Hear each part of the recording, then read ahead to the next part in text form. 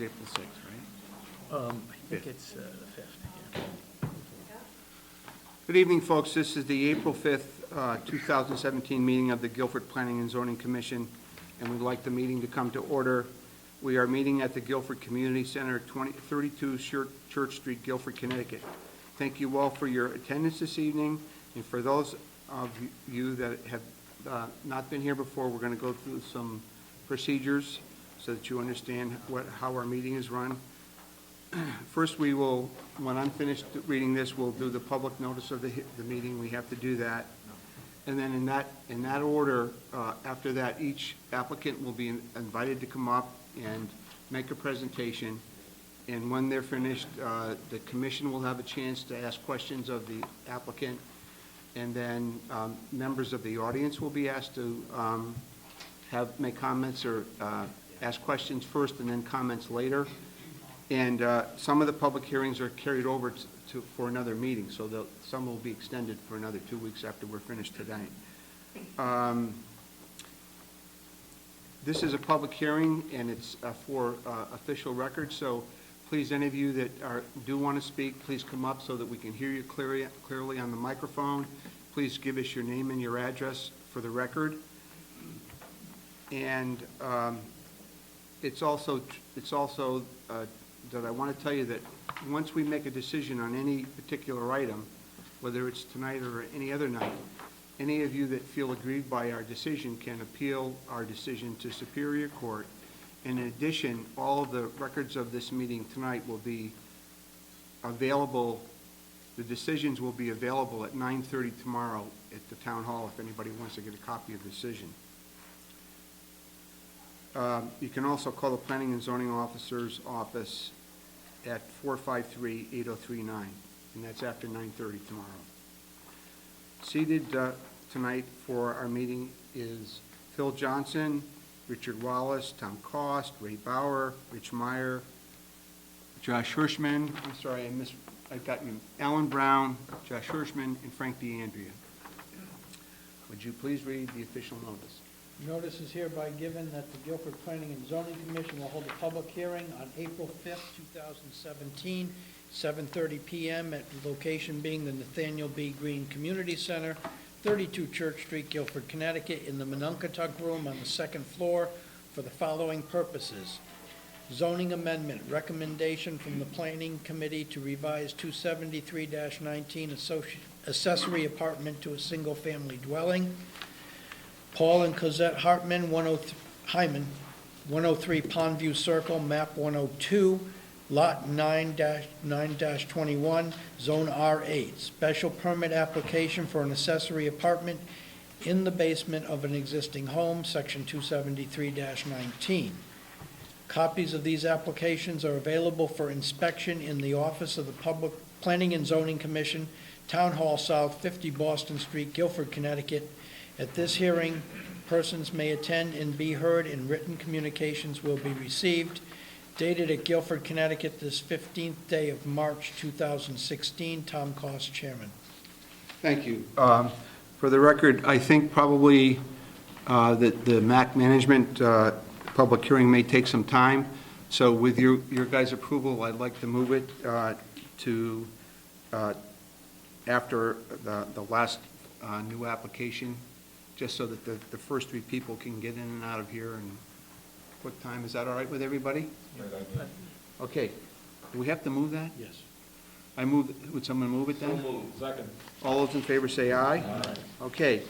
The first public hearing then is this is actually the second meeting for this one, I believe, right? This is Leif Salander at 207 Fitch Hill Road, map 113, lot 20-4, zone R8, special permit application for accessory structure over 750 feet, and in parentheses, 1,200 square feet utility building. 273-94 is the regulation, and this is the second hearing. Okay. Do I need to put up my drawing or anything? We all saw it. Does Yeah, anybody? we all saw this. Yeah. I don't think so. Just give us a Introduce little- yeah, myself and, Yeah. okay, my name is Leif Sealander. Excuse me. I live on 207 Fitch Hill Road, North Guilford, Connecticut. And I applying for a special permit to build a 30 by 40 foot garage, 1,200 square feet in my property, for storing of vehicles and equipment I use to maintain the property. One new letter in the record from Dennis Johnson. Did you happen to see this? No. Okay, you can take it from me when I'm done. The applicant's proposed accessory structure will not conflict with the location or operation of a septic system or well currently existing on file. Dennis Johnson, Director of Health. Good news.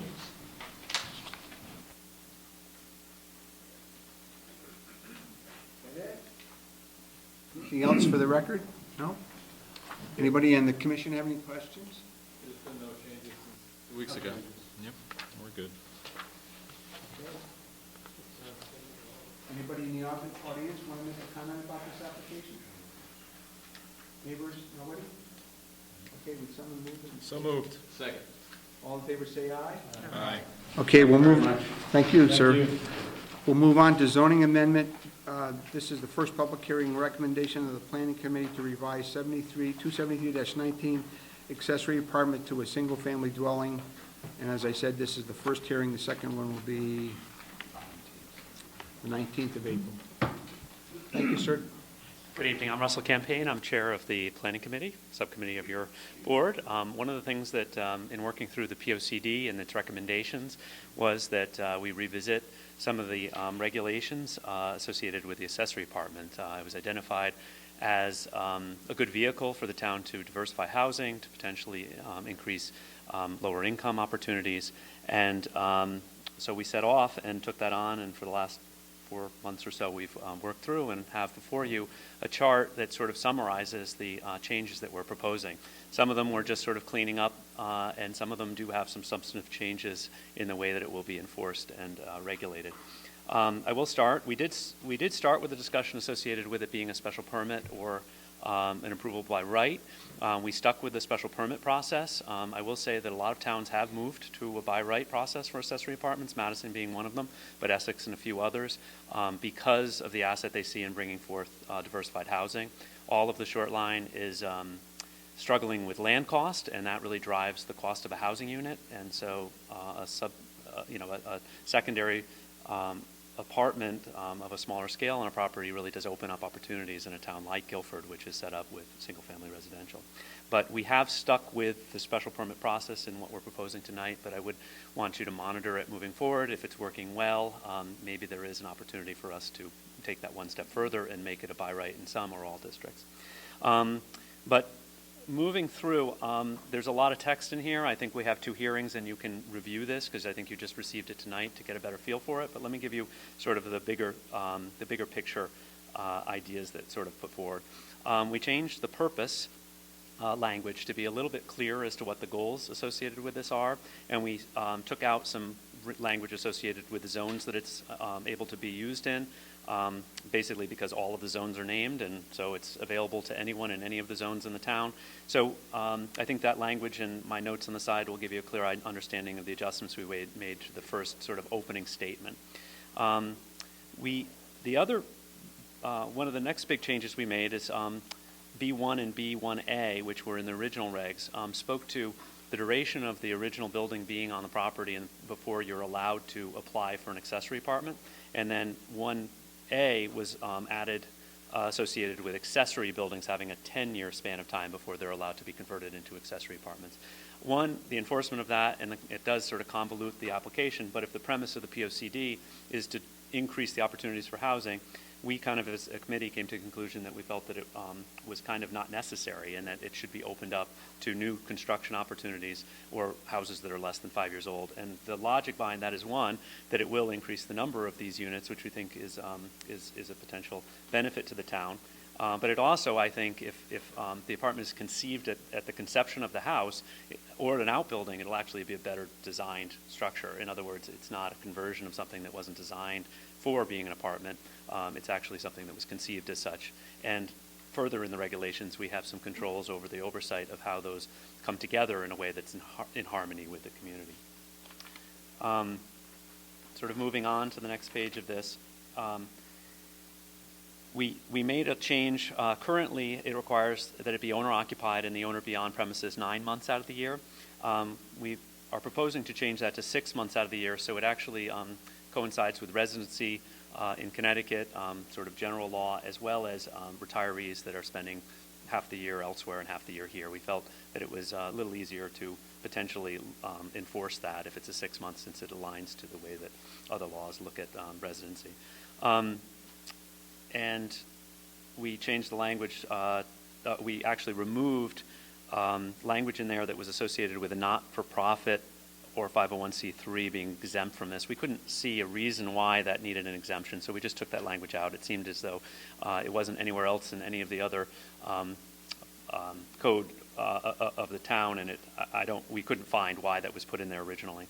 On B4, we changed the language a little bit to be a little bit clearer. We just basically changed to say one principal dwelling unit and one accessory apartment per lot. That also cleans up a little bit later section that was added associated with the R1 district. The R1 district is the only district in town that actually allows for two-family by right, and I think there was some strange language in there to avoid a two-family and an accessory apartment, but our clarity of this language sort of doesn't allow that. It's saying that you have one principal, one accessory, or in an R1 you can have a two-family but no accessory. I think that it's clear the way we've written it. Off-street parking was raised as a concern with some of the two-bedroom apartments that may have more than one extra car. So we actually put a clause in there that requires 2 parking spots for the principal dwelling and then 1 for each bedroom of the accessory apartment. One of the things in the POCD was to increase the size of the units to try and encourage two-family and potentially families being able to come into these. So we felt we needed to address that, whereas the square footage before promoted mostly one-bedroom apartments, which didn't need that extra car parking. Here's in B6, we did adjust the proposal for the square footage. We raised it from 1,000 as a max to 1,200 as a max. That was written directly into the POCD as a recommendation, again, to open up opportunities for two-bedroom and a little bit more flexibility with families.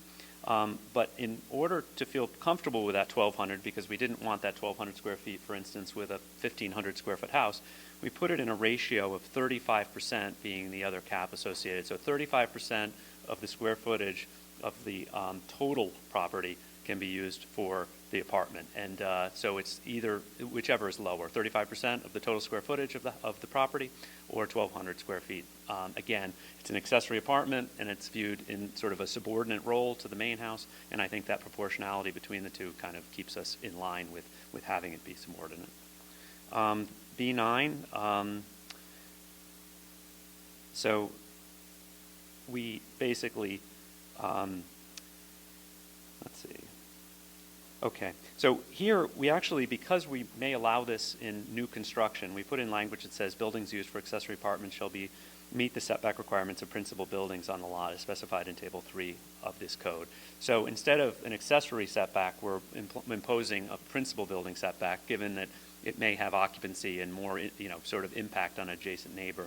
I did actually raise this with George, that what concerns me about this is existing structures. One of the original concepts of this was to actually take obsolete buildings and have a use to keep them around as historic structures, but convert them into a higher, better use of apartment. And so I don't want to close that, and so I do think we need to either say new buildings used for accessory apartments, or we need to put in language associated with existing historic conversions maybe not meeting the setbacks of that, to give a little bit more flexibility, because a lot of the historic outbuildings obviously don't meet principal building setbacks.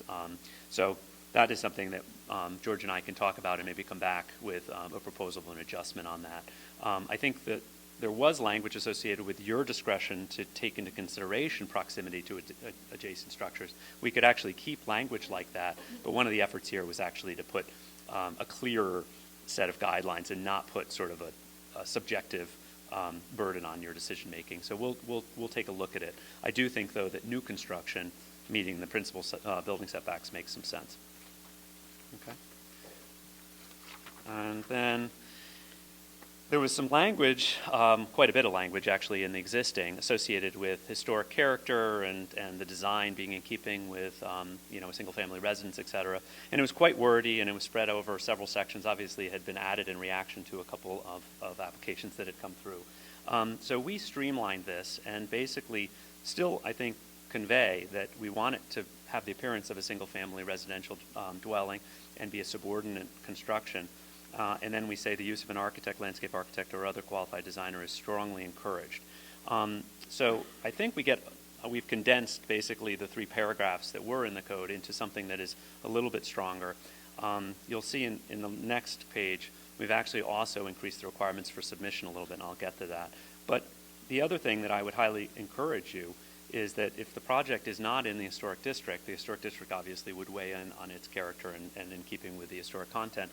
But if it's not, if it's outside of that, I do think this is something that would logically be sent to the design review and have them weigh in on the context. I think having a little more flexibility and not having you deciding necessarily whether the front door looks like the front door or whether exactly, is a little vague. And I think the design review is set up to have that as an advisory committee to you to weigh in on as to whether it is in keeping with the historic nature of the neighborhood or single family in nature in the way that we put that condition on. And then lastly, we've cleaned up some of the sort of submission requirements. It used to have, or it currently has, that you need to have a professional engineer verify the adequacy of the sewer disposal and water supply for a single-family dwelling and accessory apartment. Almost all the cases I've ever been involved with, Dennis has taken on this role.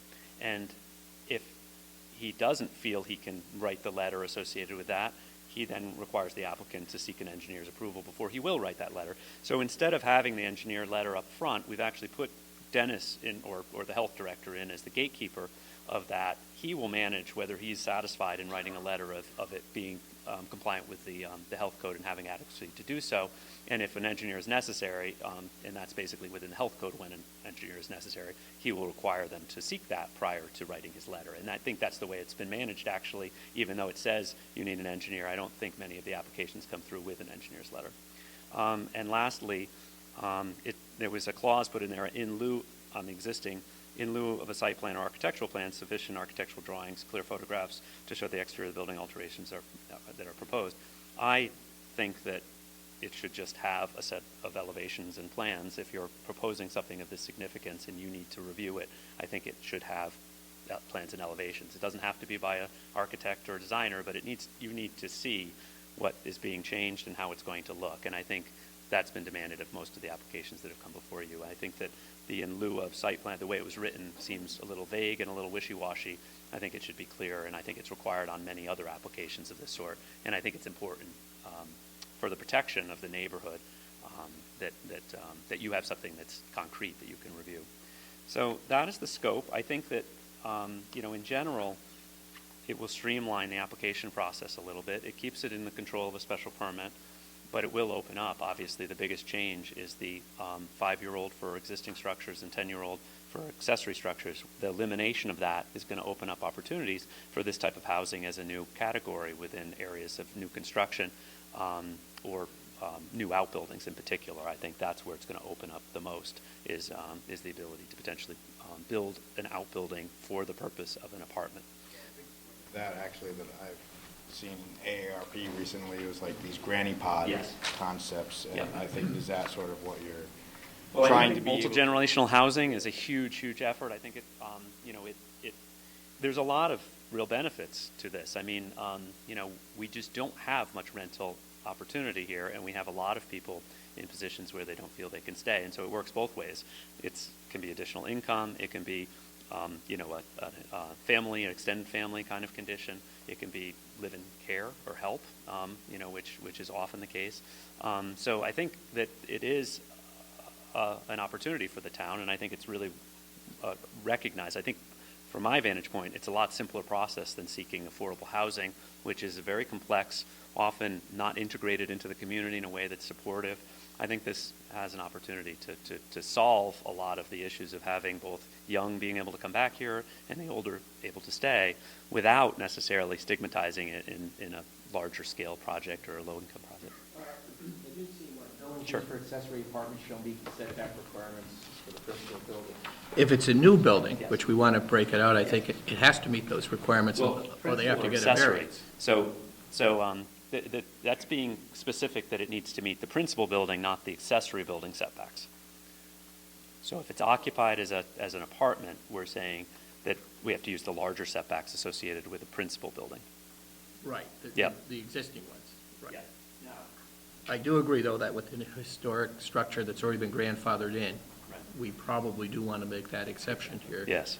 Even though I think it's implied, because it's. It can be implied, but I think some language associated with the consideration of the impacts of changing that historic outbuilding from a barn to a house can be weighed by the commission on. Would you be able to get that language in and out to us before the next meeting, just so we could review that? Thank you. And you probably already know the answer, but the impact on school population from this, if we're streamlining the process and one tax-paying unit has one family currently, or through a long process can have two families' worth of children in them, if we're streamlining the process, is that going to have a negative impact on the amount of children going to school versus the amount of tax that the property is paying? So I can witness that my outbuilding, which is an office, I pay pretty good taxes on that. It's listed out as a separate building, and the town assesses it fairly high compared to a garage that's an underutilized building. So a garage would be $20,000. I think it's like $190,000 for my 1,000 square foot outbuilding under my assessment. So taxes are paid in on a square footage basis similar to the underlying land is where you wouldn't see a bump. So let's say we have a new structure being built, and the differential between a new structure that would house one family and a new structure that would house two families would have some increase in value, as far as town taxation is concerned.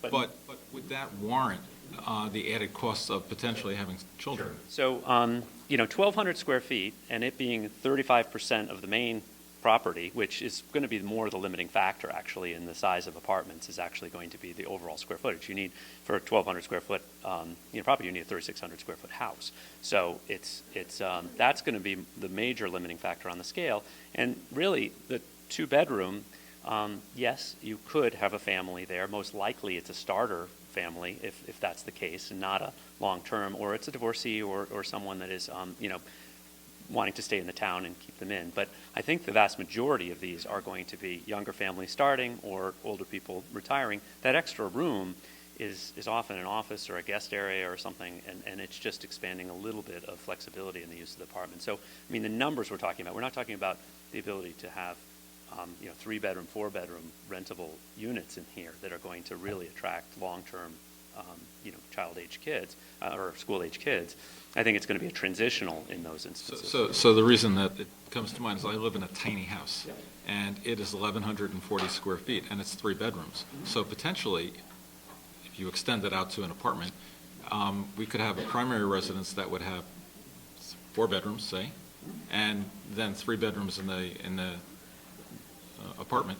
So potentially, there could be a lot of children coming from this property to go to the schools. There could. I think that, I don't think that is going to be the utilization, the way that these build out. At least I don't foresee it that way. Whenever we do something, there's always some unintended consequences. I understand. I think that one of the things, though, is that some of the pressure on the long-term projections of the number of school-age kids in the town have lessened, and the pressure of that is reduced. I think the relationship between the number of students and the tax being paid in, is of concern. But right now, I don't think we have the pressures of the big jumps of having to build more schools or other things that were basic. I'm not saying that we have to build more schools. What I'm saying is the current numbers, I think, for Guilford are $19,000 per student per year. So if we have 2 children come into each house in a potential 3-bedroom situation, that means the potential load on the school district is $38,000 per year cost for the additional tax revenue of an apartment. That equation can never work, and that's why I'm kind of trying to feel you out what you think. And none of us know what's going to happen, but potentially if it becomes a thing in Guilford to have houses being built with little apartments in them, and that grows, that could be a disaster for the town in terms of costs of educating children versus tax income. How does that fit in with what you're proposing here? All of the studies and the sort of information of the POCD that we use to sort of do this is not addressing, school-age children housing. It's addressing the margins, the either end of the housing is the primary people that are using short-term rentals or rentals like this. And so, again, there might be some outliers associated with the need for this. And I will say that I think that divorced families is a big pressure where housing is being sought for that they can't maintain two full households. So I do think that might be a place where someone is looking for a 2 or 3 bedroom for the kids to be there on the weekend or whatever. But I don't know that the scale, the size, the location, the discretion that the owner has actually, because this still is owner occupied, and so that they have a large ability to have some discretion over who is in their unit is all going to work toward the margins being served, as opposed to large families being long-term in these apartments. So that is my answer. Again, you can monitor this. We actually have pretty good data, that develops on this more than we've ever had, that sort of develops on how these are being occupied and such. So I do think that you can reflect on it and see if that is a trend, but I don't necessarily see it as such. Do we have the data available to us of how many accessory apartments have children? I mean, are we allowed to ask that? On the accessory apartment approvals, we don't monitor, whether or not children are living in it. Right, yeah, so we could never know. And Anecdotally, I think we know that, as Russ said, that very few of them are households with children. And you probably could mine it, because the census asks whether you're renting or you're, is the family size and whether you're renting or own. So that would, if you're renting in Guilford, it would most likely be an apartment condition, or I guess you could have a full house rental. But I think the numbers we're talking and the scale of the housing, given that it's proportional to the main house, I think is going to be limiting to the larger scale that would be sort of necessary for larger families to come in. And I think that, personally, talking to my employees and I think these are great opportunities for younger people establishing themselves and getting committed to being in Guilford, and I think it's on the back end of someone unable to continue to live in Guilford because of the maintenance and upkeep of their house that's looking for options, to have a fixed. Sure. Most of the language that you're proposing, is that, did you just draw that stuff up, or is it lifted from other towns' regulations? I don't know. How am I supposed to answer that question? Well, we already had the discussion that zoning regs are not copyrighted in any way, so I guess I don't. I think it's much better to use It's a tried- combination. We used the template of the original text. Much of it came from George, so he can answer that question, and we reacted to it. But it's we did view and review several areas, really, that are similar towns that have similar pressures and interests, and there was a liberalization of many other towns that we looked at. We did, though, stick to somewhat of the same formatting, and as I said, the special permit process. Madison recently, well, not recently, but a few years ago, went to a zoning officer approval system, and there's a few affidavits and some requirements that are similar to these, and they allow for a by right permit to be issued without a special permit. But we stuck with this, and we stuck with this oversight because there's always been a concern associated with them fitting in. I just had, I think that B5, it reads a little bit ambiguous to me for some reason. And I don't know if George wants to try to clear, I don't know if I'm Which confused. section? B5, the proposed language. And it's just a quick look Yeah, through the stuff. 35%, Yeah, whichever less. Well, no, not that part. I know it says the minimum floor area of 400 square feet, right?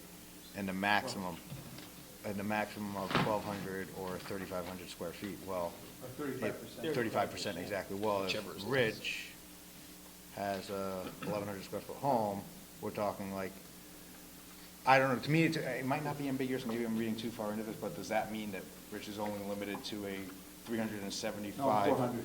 Well, so, 400, so that's clear to everyone. Well, I just want to, Yeah. I think, as long as everyone thinks it's clear, then it's No, clear to me. I could never have an apartment with this. Well, no, that's what I'm wondering, if, If I have 1,100 square feet, 35% of But it if is you 385. you built an outbuilding that was 600 square feet, you have 1,100 square feet, you'd have 1,700 square feet, somehow it works. I mean, so you can add You to can't your go- existing house, if you can by zoning, add to it, and then a third of that is allowed to be used for an apartment.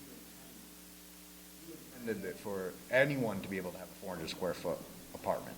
Is that what you intend or no? I think we did. I think that's. That's what I think. It's not greater than, because we're reading it, but maybe we need to make that clear. I just don't want to make sure I'm thinking about it. Never had one. Yeah, just logistically think about what 400 square feet is, so, I mean, I've seen, I mean, you're not, I mean, Tiny. I'm not saying that that's not the case. That's my house. Could I ask you a question? Same thing here. Was any thought given to thinking about this in terms of the particular zone? For example, R8 is a 5-acre lot, and you may be able to put that, and there are some small houses on 5-acre lots in North Guilford, and it seems to me that you could put up, if the house is only 1,500 square feet, you're talking the 400, just about the 400 minimum, right? 500, yeah. But again, if you So- add, if it's detached or an addition, you're adding to the base square footage, which you can take a third of. So,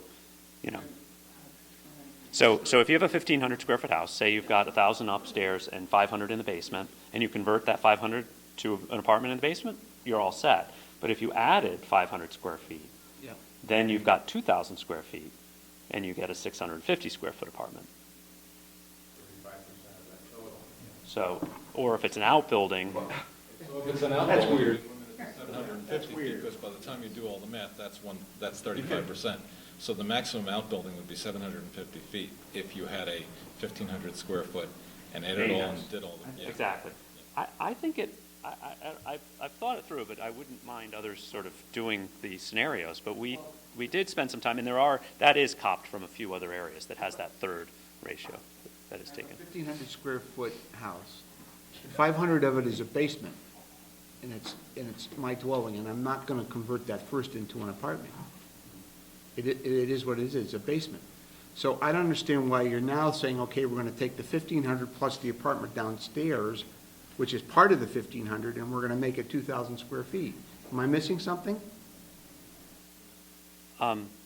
So a finished basement of 500 Yes. square feet, that has to be counted as living space. If it's unfinished, then you only have 1,500. So Right. someone has a 1,500 square foot that has an unfinished basement, and there's a lot of those houses. 1,500 square feet? It's 1,500 square feet. So then you can only, Finish the basement. then on a 5-acre lot, the max you could put is 500 feet still. Right, there's no variation in this by lot. It's by lot size or by zone. It doesn't really matter what your lot size is. You could have a 5-acre lot in the R1 zone. It would, and by your rationale, I guess you're thinking that if you have a bigger lot, you should be able to have a bigger Lot accessory. coverages vary too, Yeah. right? You still have to conform to all the lot coverage requirements. But on that 5-acre lot, turn the 1,500 square foot home into an apartment, or take 300 out of it for mechanical or storage, and build a main house. So, but the subordinate nature, this is not trying to get near a two-family. We're trying to have it be a primary dwelling and a secondary dwelling, and that's sort of the concept of an accessory apartment. We are going to actually explore some options for other approaches to dense development. We're going to actually pick that up and look at it. But in this, we're sort of framing it on it being accessory. The one other thing I should point out, there was, in the current documents, there's sort of a very strange clause that you count basement space even if it's unfinished in the total square footage of an apartment. So it was kind of an odd thing that we weren't really sure why. So in other words, if you had 1,000 square feet of living space, but it had a basement and it was an outbuilding, you counted that basement as part of the living space. And even if it wasn't accessible from the inside or was finished. And so we actually removed that and said it's finished living space. That's what we're calculating. If it's mechanical or storage, it wouldn't count. It was kind of a strange thing. I'm not exactly sure why it was in there. But that also clarifies the way we calculate the square footage, because it's the finished living space. It's about how much, the proportion between the two. So if it's an unfinished basement, or if you convert an unfinished basement to a finished basement, it starts to count toward living space. We actually did, the 35% also works, and this is actually very common in certain areas that have transitioning away from large homes that have basements. People are putting apartments into basements, and so we were thinking of, say it is, something out in the Podunk area that is 4,000 square feet, has a lower story. This sort of gives the opportunity for that lower story to be converted into an in-law apartment or an apartment that's rentable, and with the 2 stories up. The third is kind of the basement, and the 2 main levels kind of makes that 30%. I think that's the premise behind a lot of the housing stock here, and a potential option that's available here.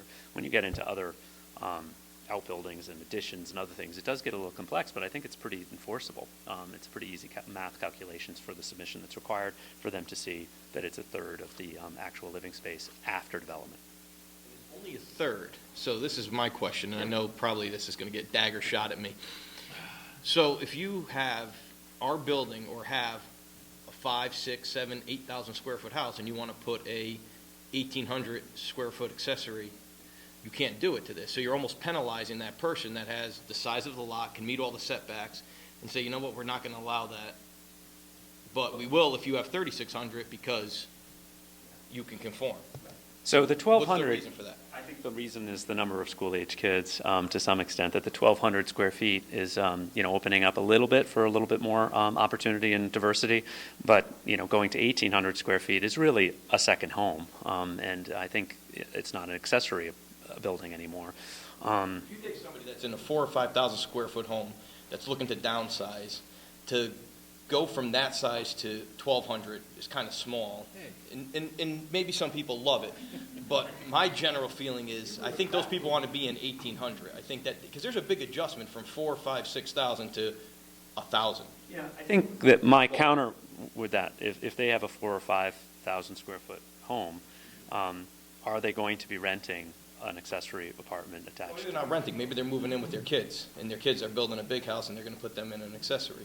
Or well, that's not to say that, we've done a few shared spaces and such where there's, an intermediate space, so that there's a clear distinct door that's a lockable door that's the apartment, but then there's a shared guest area that's between it and the main house. So there's architectural ways to give some additional flexibility to the... this reason is because of the school-age children. So that's why you're limiting it to the 1,200. I think the biggest thing is to not have it considered like a stand. Is a big no-no in zoning is 2 houses on 1 lot. Exactly. And what we don't want is to have the accessory building look like a second house. So that's why there was a compromise in terms of how big that should be, because we don't want... 1,200 square feet attached to and it looks the same on a 6,000 square foot house is not going to look like 1,800 square foot will not look like a second house on a 6 But if it's or 7,000 detached, square feet. If it's detached. and it's 20,000, Absolutely. 2,000 square feet, and it's going to look like 2 houses on the lot. And that's why I think this was a sort of a compromise to say, big enough to live in, but not so big that it looks like we're allowing 2 houses on the lot. Yeah, it's a The idea was challenge. definitely to make it subordinate to the main house, to not have it be. And if you want to explore, a second avenue, like in R1, there is a 2-family option that's in town by right, that you can build a 2-family. There are 2 equal-sized units. That's the only zone in town. But that's I think it's a different set of criteria, a different measurement of how you would approach it with a special permit. And I think you'd need to, you can charge us to write up something different along those lines. But as was pointed out, I think it's, the keeping it to a certain level is keeping it subordinate and Conforms to the setbacks and everything that we've set, established coverage and everything, and as long as it doesn't look like a second house, then I'm comfortable with it, which I think was what the intent was the whole time. And it's somewhat arbitrary, but you got to draw the line somewhere, so I hear you're saying, you got a big R8 lot with a big house, and you're limited to something small, but we purposely want that, because we don't want to have it look like there's 2 homes there. We got to have another hearing on this, right? So could we just open this up to to the audience, the people that have any questions tonight? No, and nobody has any questions about this? Okay. Anybody, so therefore there would be no comments for or against this at this point anyway, so. I did receive an email from George Goss endorsing this idea, saying, basically claiming credit for the idea 30 years ago. Well, it's true.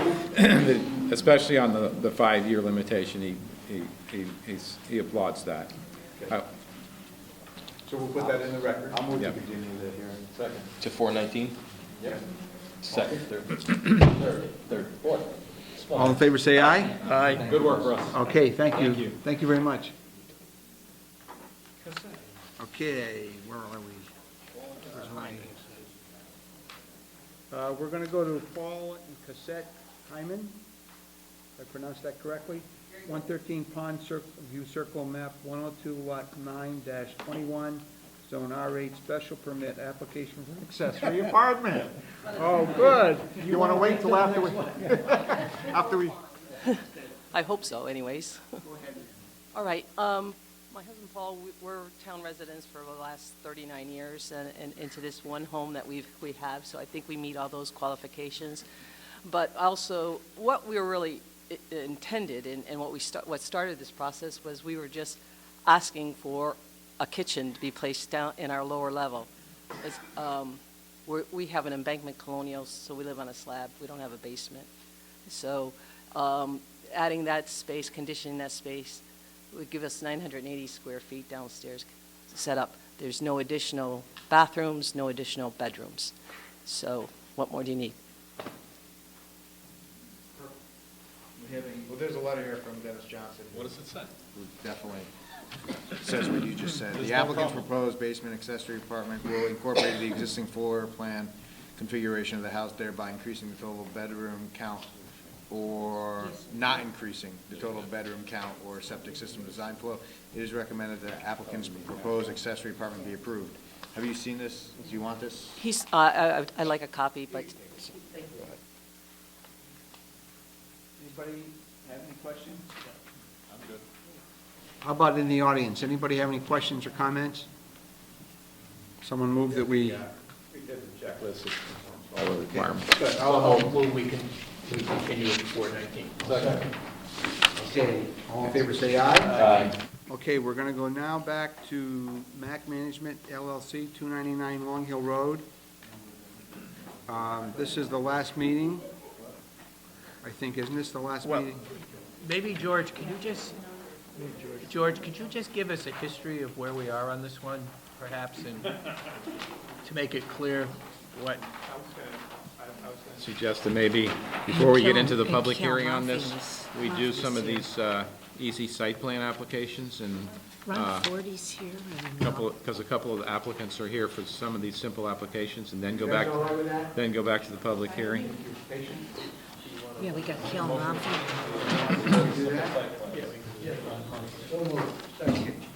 All right, we're going to move, so then what we're going to do is we're going to do the motion on Sealander. Okay, I'll make a motion, voted that the Guilford Planning and Zoning Commission will approve a special permit application for Leaf Sealander, 207 Fitch Road, map 113, lot 20-4, for an accessory building over 750 square feet, as shown on an application dated February 23rd, 2017, and garage plans for the Sealander residence dated 2/22/17, prepared by Elm City Architects, LLC.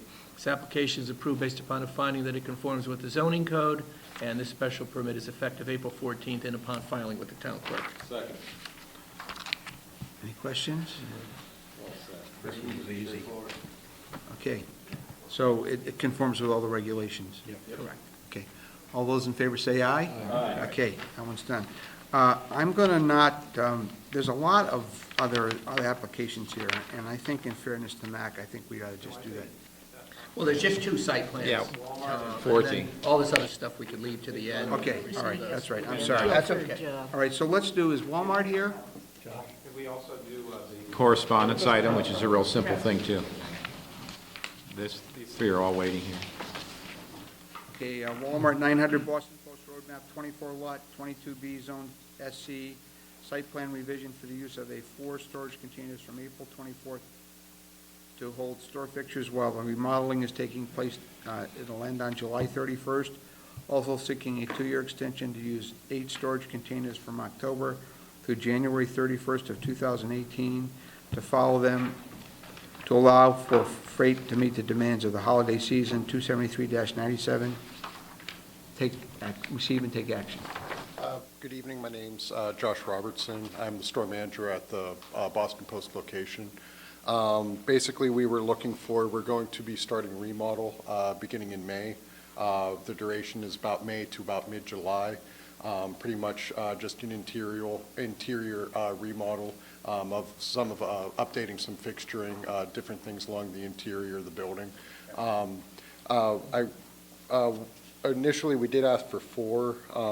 If that creates any issue, I did want to see if we would be able to look at the plan for how we have it for 8 for the holiday season. If that creates any issue with what I submitted, we can keep it at the 4. That's not a problem. But I did want to ask about that. And then the second piece of that is just an extension of what we have been doing for the last couple years for the holiday season. Just looking for an extension on that for the additional 2 years on that. Do it all at once. What was that? Get it all done at Yeah. once. So let's talk about the first one. So First- is this notice for a public hearing as 4 containers, or it's not, because it's just a site plan? Well, it's site plan, so there is no public Yeah, hearing. so there's no public. It's hearing, temporary so we can storage. then take the issue of 8 or 4, so that's not an issue. So the issue for me would be that that's 7 months worth of storage of 8 trailers if he goes to 8 on his first part. Do you want to go to 8 on the first part? I'm confused by that. You've asked for 4. Yeah, if we can, upon having a couple meetings yesterday, there were a couple other things that came up. If that is an issue, we don't need to, we can keep it at the 4 that's on there. What about room there? What's your take on this? The back parking lot is not that used this time of the year. He may have a lot of people there picking up Easter items, but otherwise, the parking lot's pretty empty on the Walmart side. And he parks 4 trailers, or it's proposed to park 4 trailers behind the building. So that won't even impact the parking lot. Was there ever any complaints on any of the trailers at all, ever? No. Okay, good. All right, he's putting four those cans behind the building against the wall for only up till July. Then he's gonna yank them out. Then he's gonna come back in October and he's gonna put 8 of them, he wants to put 8 of them in.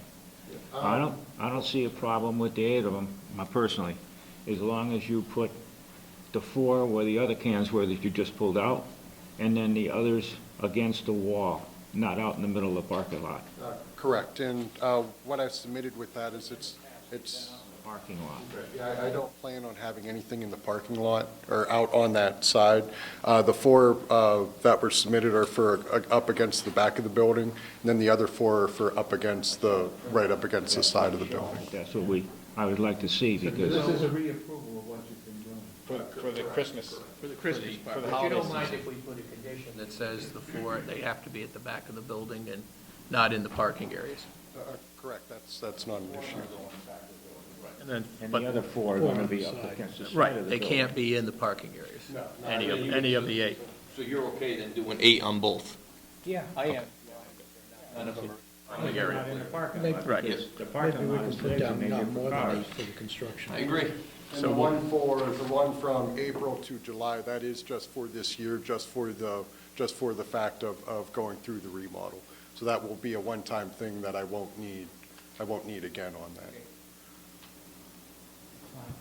All right, Okay. someone want I'll make a Sure. motion, voted at the Guilford Planning, unless, Ray, were you writing? Well, that's okay, I was gonna just add that condition about no storage container shall be in a parking area, kind of a thing, you can just add that. Guilford Planning and Zoning Commission approve a site plan revision for Walmart, 900 Boston Post Road, map 47, lot 22B, as described in an application dated 3/16/2017, to include up to 8 storage, trailers.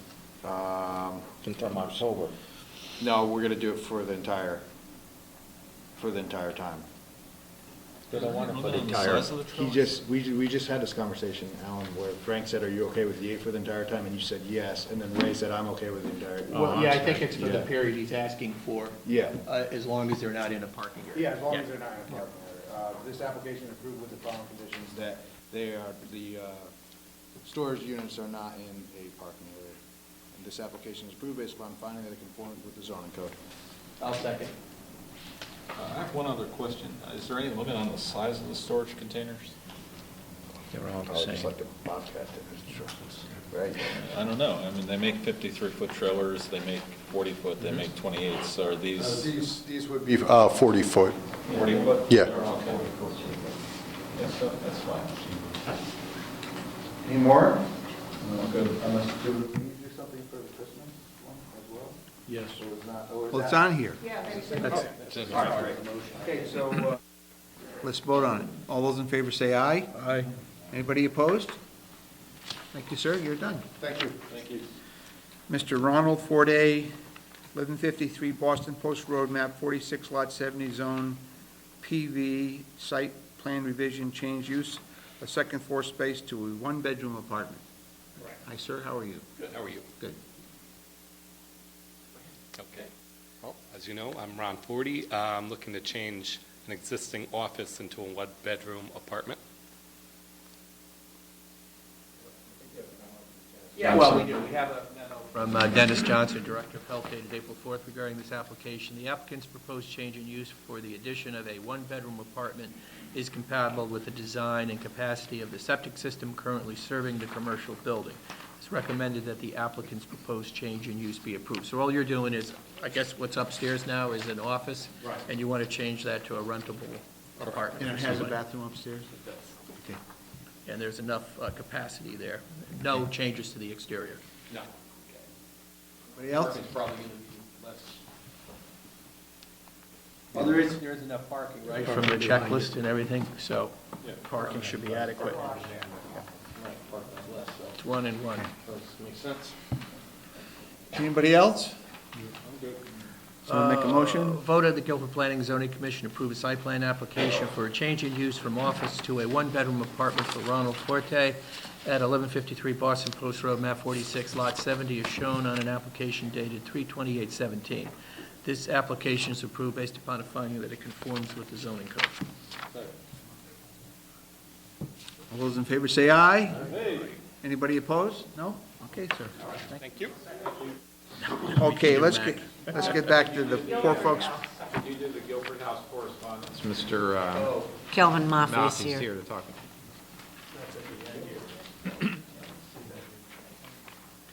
Okay, this is under D, requested revision for Guilford House Assisted Living Facility, 109 Westlake Avenue, map 84, lot 25, zone R7, regarding number of beds allowed. Hi, sir. How are you tonight? Cal Murphy, representing the Guilford House. The original application approved 19, technically they're units, studio apartments, not beds. We revised 2 rooms to make 2 additional units, so rather than 19, it's 21. It also increases the footprint 213 square feet, which is still under the, the coverage ratio. We have a letter from Dennis Johnson dated March 30th, 2017, with regard to the application. The applicant's proposed revision request for increasing the facility bedroom count from 19 to 21 bedroom units is acceptable with regard to the current design flow capacity of the existing wastewater treatment system serving the facility. So he's okay with it. Questions? I'll make a motion, voted that the Guilford Planning and Zoning Commission approve a revision to its letter of approval for Guilford House, 109 Westlake Avenue, map 84, lot 25, to allow an expansion for a 21-bed assisted living wing. Discussion? Meets all the requirements?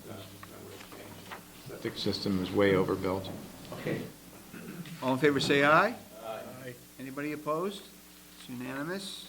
Thank you, sir. Get back. Who's up? Do I have to read this again? Go ahead.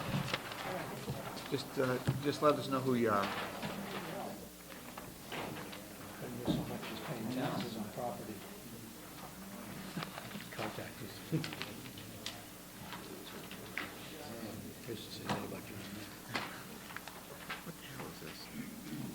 Hi.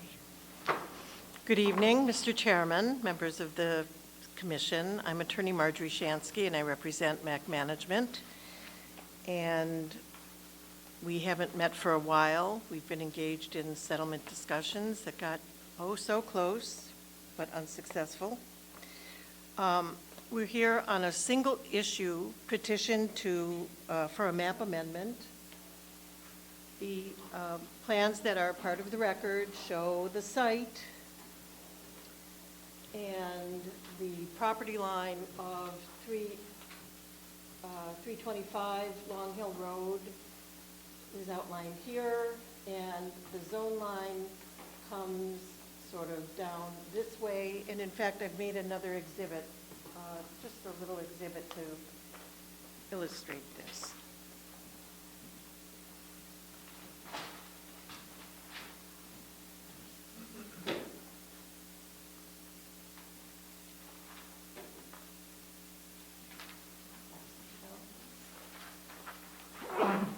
Gesundheit. I'm not going to actually discuss this little map, although you can ponder it as we proceed. The parcel at 299 Long Hill, which is the applicant's property, is a 16.5 acre parcel. It used to be that the whole property was owned by my client's predecessor in title, the Landons. And this is all part of the record, but I feel as though it's been such a long time since we've been together that some review is auspicious. We're seeking to eliminate the split zoning.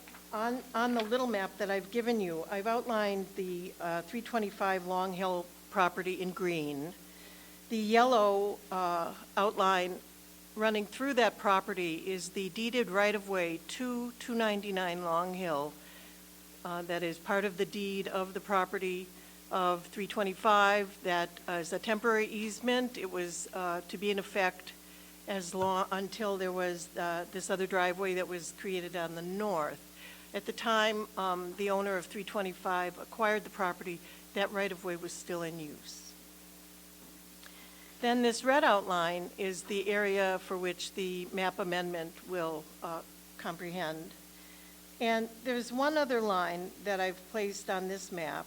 Well, pardon me.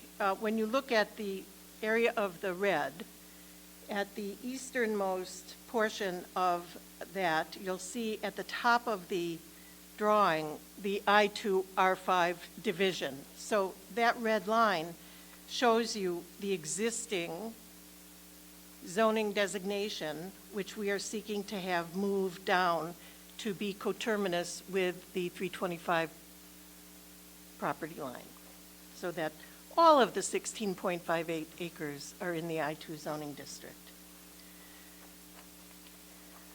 In support of the petition, we submitted materials that demonstrate the legal authority for this request that was in my letter to you dated January 18th, 2017. We have provided to you the factual underpinnings that support this request, and we have provided planning considerations that support the request through the testimony and reporting of Hiram Peck, who is of the American Institute of Certified Planners from Plan 3 LLC. His report is dated January 18th. His testimony was on January 18th, and that is all part of the record. Among the observations that Mr. Peck made were references to both Judge Fuller's treatise on land use and Tom Burns' treatise on land use, both Judge Fuller and Mr. Burns being pillars in the land use pantheon in Connecticut, and they note that zoning map in most municipalities use property lines as the division for zoning districts. And indeed, Commissioner Cost queried George Kroll on that point, and he concurred that that is generally the case. We have demonstrated that under your regulations, the existence of the split zone running through my client's property has a stultifying effect on the use of the property. And I want to spend a few minutes recapping that, because while we discussed it at some length on January 18th, in an email question to Mr. Kroll on January 19th, Commissioner Johnson asked again about the utility of these 30,007 square feet that are captured in the R5 zoning district on my client's property. as a not separate parcel, but just 30,700 square feet that are captured in the R5 zoning district. And in January, we responded to that question in part by handing out, or I think maybe it was Mr. Kroll who handed in, the Table 4 and Table 3 of your zoning regulations that cover the bulk standards and the use chart for the various zoning districts. In the R5 zoning district, a 40,000 square foot lot is the minimum lot size. The setbacks, front and rear setbacks, are each 50 feet. And looking at this area in red again on the small map, that's 97 feet wide. So the front yard setback and the rear yard setback would overlap. It has, and very critically, it is not a separate lot. It is simply part of the aggregate parcel that is captured in the I-2 zoning district. It doesn't have the buildable square that's required. It doesn't have the proper lot frontage. And then when you look at the uses that are available in the R5 zoning district, there are none that are suitable or that are accommodated in this piece. So because Mr. Peck also talked about, from the literature and from his experience and from the law, that the zoning regulations are to lead to a rational application. The inability to put a rational application of your zoning regulations onto that remnant is what we're trying to cure here today. Now, I went to the town hall.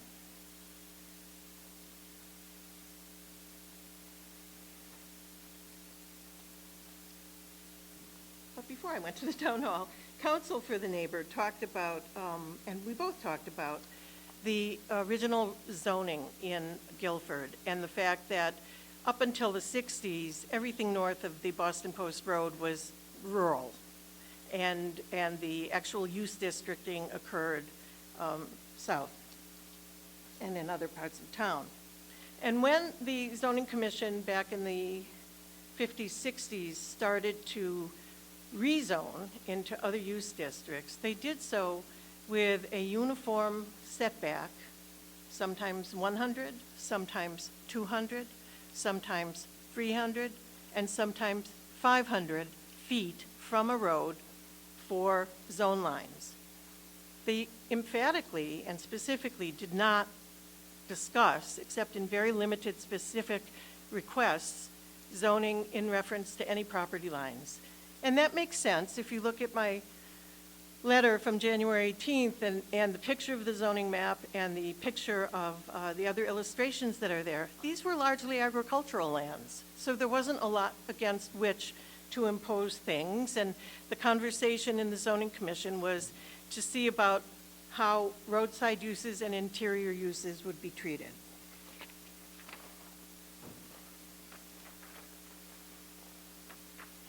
So when the zone line went in that created the I-2 zoning district sometime in the 60s, I cannot give you the specific date, by that time the Landons had already been in operation and in ownership of this property for 24 years. The Landons came to this property in 1936.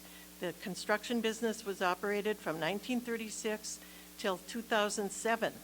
My client has been on the property since 1994, so that property has been in continuous use, including today. So when the imposition of the zone line comes through, it doesn't matter, because we have comprehensive ownership and use. In the 80s,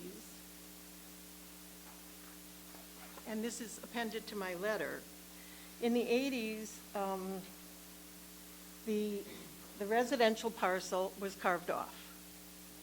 It's 40,007 or 8 square feet. It is a zoning acre. It still didn't change ownership Jeff Landon lived in that, well, he didn't live in the 80s, well, he may have been resident in the house, but he was subsequently the owner and remained the owner until 2007 when it was lost to foreclosure, 2010 maybe, I have that. I'll get to that exact date, and it's in my letter. In fact, I think the certificate of foreclosure is in my original letter. So we've got zoning in the 60s, we've got a change of the configuration of the parcel in the 80s, but a continuous familial ownership of the property. So it still didn't matter that a zone line existed there because nothing changed about the use. And might it, in retrospect or hindsight, have been auspicious if when they created the residential lot, sought to change the zone line at that time? Yes, but because the familial ownership didn't change, it was just a latent issue that had no bearing on life. So all of this legal argument, the factual underpinnings, the history of the parcel, the history of the chronology of the adoption of the zone line, the creation of the single-family lot, and the request today all come with the understanding that at no time between 1936 and now has the recognition of the stultifying effect of this zone line come into clear view. Now, counsel for the neighbor suggested to you, and I would like to find this in my notes so I recite it carefully. So sorry.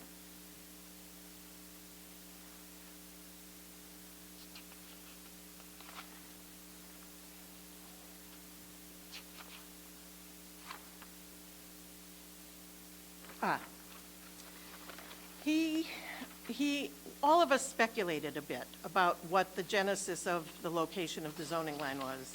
And Attorney Rubano speculated that the location of the zone line was intended to create a buffer between disparate uses, a concept that Commissioner Meyer immediately adopted because both in the minutes he is quoted as saying, "Is it your opinion that the split zone was created to offer a buffer to ensure the adjacent neighbors would have less effects from the activities of the industrial site?" And Attorney Rubano, according to the minutes, responded, "Yes." And then on January 20th, Commissioner Meyer emailed to Mr. Kroll, "Are there other zone borders in town where it seems apparent that the original zone lines appear to have been drawn in such a manner as they provide a buffer between residential and commercial industrial?" That's the question you asked. So we have to unpack that information, and I refer you back to my map. This is an erroneous supposition. First of all, the chronology doesn't bear it out, right?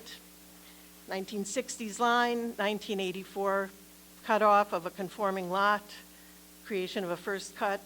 There's no intention there. It doesn't follow in sequence. But secondly, zoning regulates property. It doesn't prohibit it. The whole idea, and pardon me for sort of this little side trip into zoning theory or zoning fact and zoning law, the whole idea of setbacks is an interesting one from a private property rights perspective. Because we're saying, depending on what that setback is, that we're restricting how you use all of your property. And as a society, we've accepted that the setback is a legitimate exercise of the police power in the public interest, public health, safety, and welfare, light and air. Nice reasons to do it, makes a nice appearance in the neighborhood, all of that. But if you look at my map, and you look at the effect of this misplaced zone line and your setbacks, you have accounted for the buffer between disparate uses in your zoning regulations, not by creating dead zones.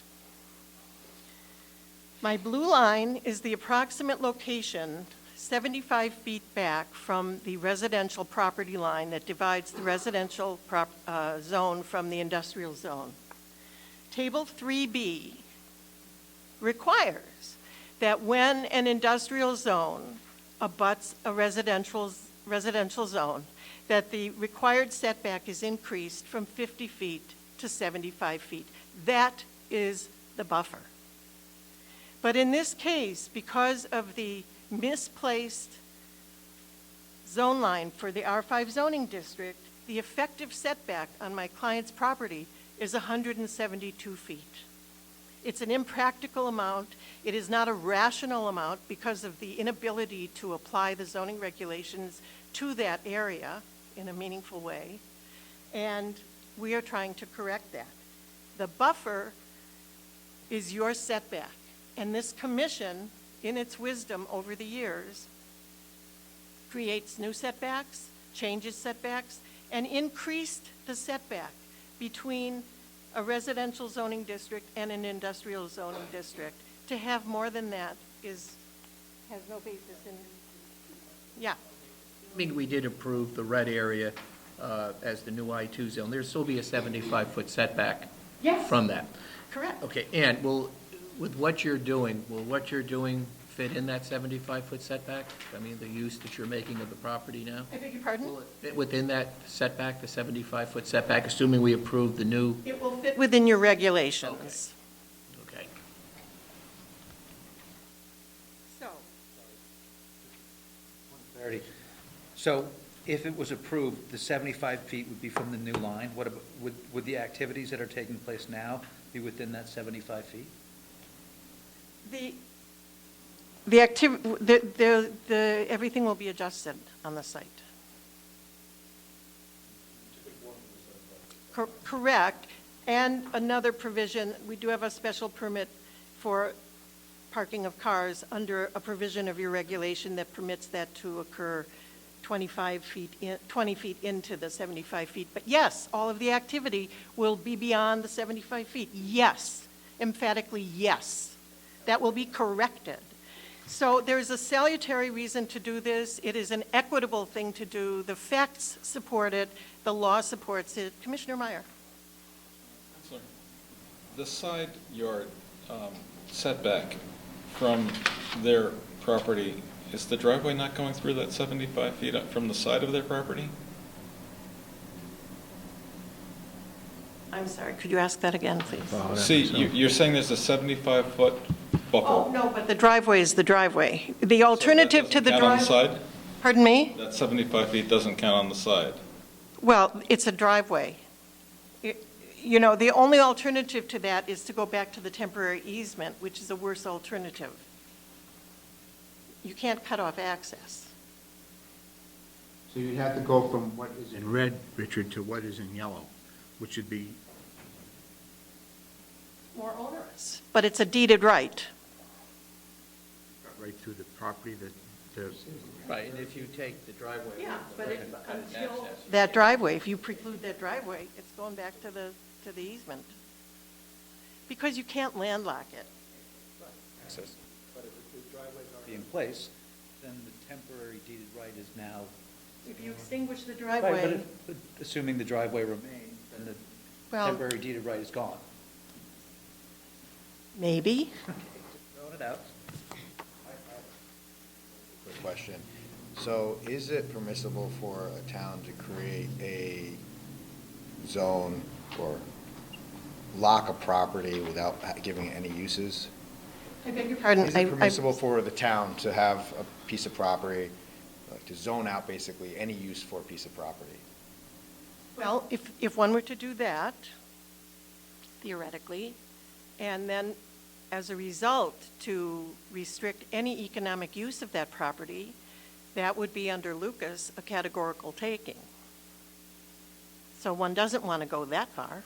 So that's what I wanted to know, what your answer is. If there were no uses? Uses to that property.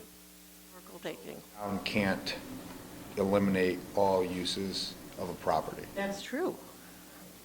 And the other part of the property that's not on this map, the part that's over to the, going further away from Long Hill, is there any frontage on whatever that road is that's there? Is there any, I beg your pardon? Is there any frontage of this property on the road that runs parallel to 95? I don't know the name of it. Hubbard Road? No. No. This is the sole access. No, it has a driveway. Right. Aside from the driveway, that's it. Right, that is the sole access, which, yes. And if we would not accept this proposal, what would the economic uses of that property be? Of the piece. Of the piece that's in red, yes. Well, that's what I'm trying to see what she is. Are there any that you could think of? Well, certainly, historically, uses to which it has been put, but we have a situation here where the commission has approved a use, albeit under less than auspicious circumstances. That use is also permitted, but with different setbacks in the R5 zoning district. I'm not being clear. But as a practical matter, could not be implemented because of the 172-foot setback. I just want to know, in your opinion, do you think that there's any practical use of that property other than us incorporating into a larger zone, or the I2 zone? Well, it is part of the larger I2 zone, and consequently, I think reason, law, and planning theory lead to the conclusion that it ought to be one zoning district, because you, the commission, have built prophylactic measures into your regulations. And what, I guess, I'm still not being clear. I need to be clear. I just want to know, if we were to say no today, let's just say we were to say no, and forget about all the sort of lawsuits that you could possibly bring, and what would, or are there any practical uses of that property? Well, it will not be put to no use, but it will be subject to this 172 feet of setback, which is problematic. So there could be some uses, is that what you're saying? Or are you saying I wish that I had prepared for that question, but because it's not within the ambit of what we're asking for, that's really... telling us that we would be creating a situation where we're taking this property by... You asked me a question if there were a zone in which, yours was sort of a hypothetical question. Because I'm trying to... Because I don't want to be misstating here to say that this is anything approaching that. I'm just saying, you asked me that question, and that would be the answer to that question. Back to the topic at hand, back to this right here. So we have right now, what is this? This is the area in red, right? Correct? Okay, so that boxed out area in red, which is, for whatever reason, may or may not be in the correct, a mistake, a map amendment. We're here for that map amendment to move it. Okay. So if we were to say, no, this is not, this should be an R5 zone, right? Are there any uses to that property? I'm sorry. Can you tell me why you would do that? Why I would do it? On what, Why I say no? Yeah. Oh, I don't know. I'm just trying to figure out what the uses are. And if there aren't any, I think that I have a very clear answer as to why I'd say yes. But if there are some uses, I would have to consider all the other information. Yeah, I have to say, I will caucus and reflect on that while others are speaking, but the information that we've placed in front of the commission from a background fact, a current and background legal, and a planning perspective with Mr. Peck's testimony supports the change. I'm not necessarily disagreeing with you. I'm just trying to figure out all Let me get back to you on that. angles up.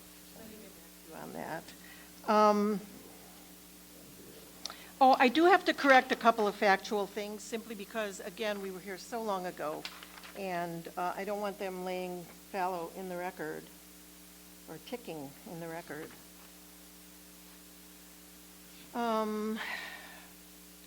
There's been no dispute about the legal argument that we've made. There has been a personal and emotional plea to not accept this.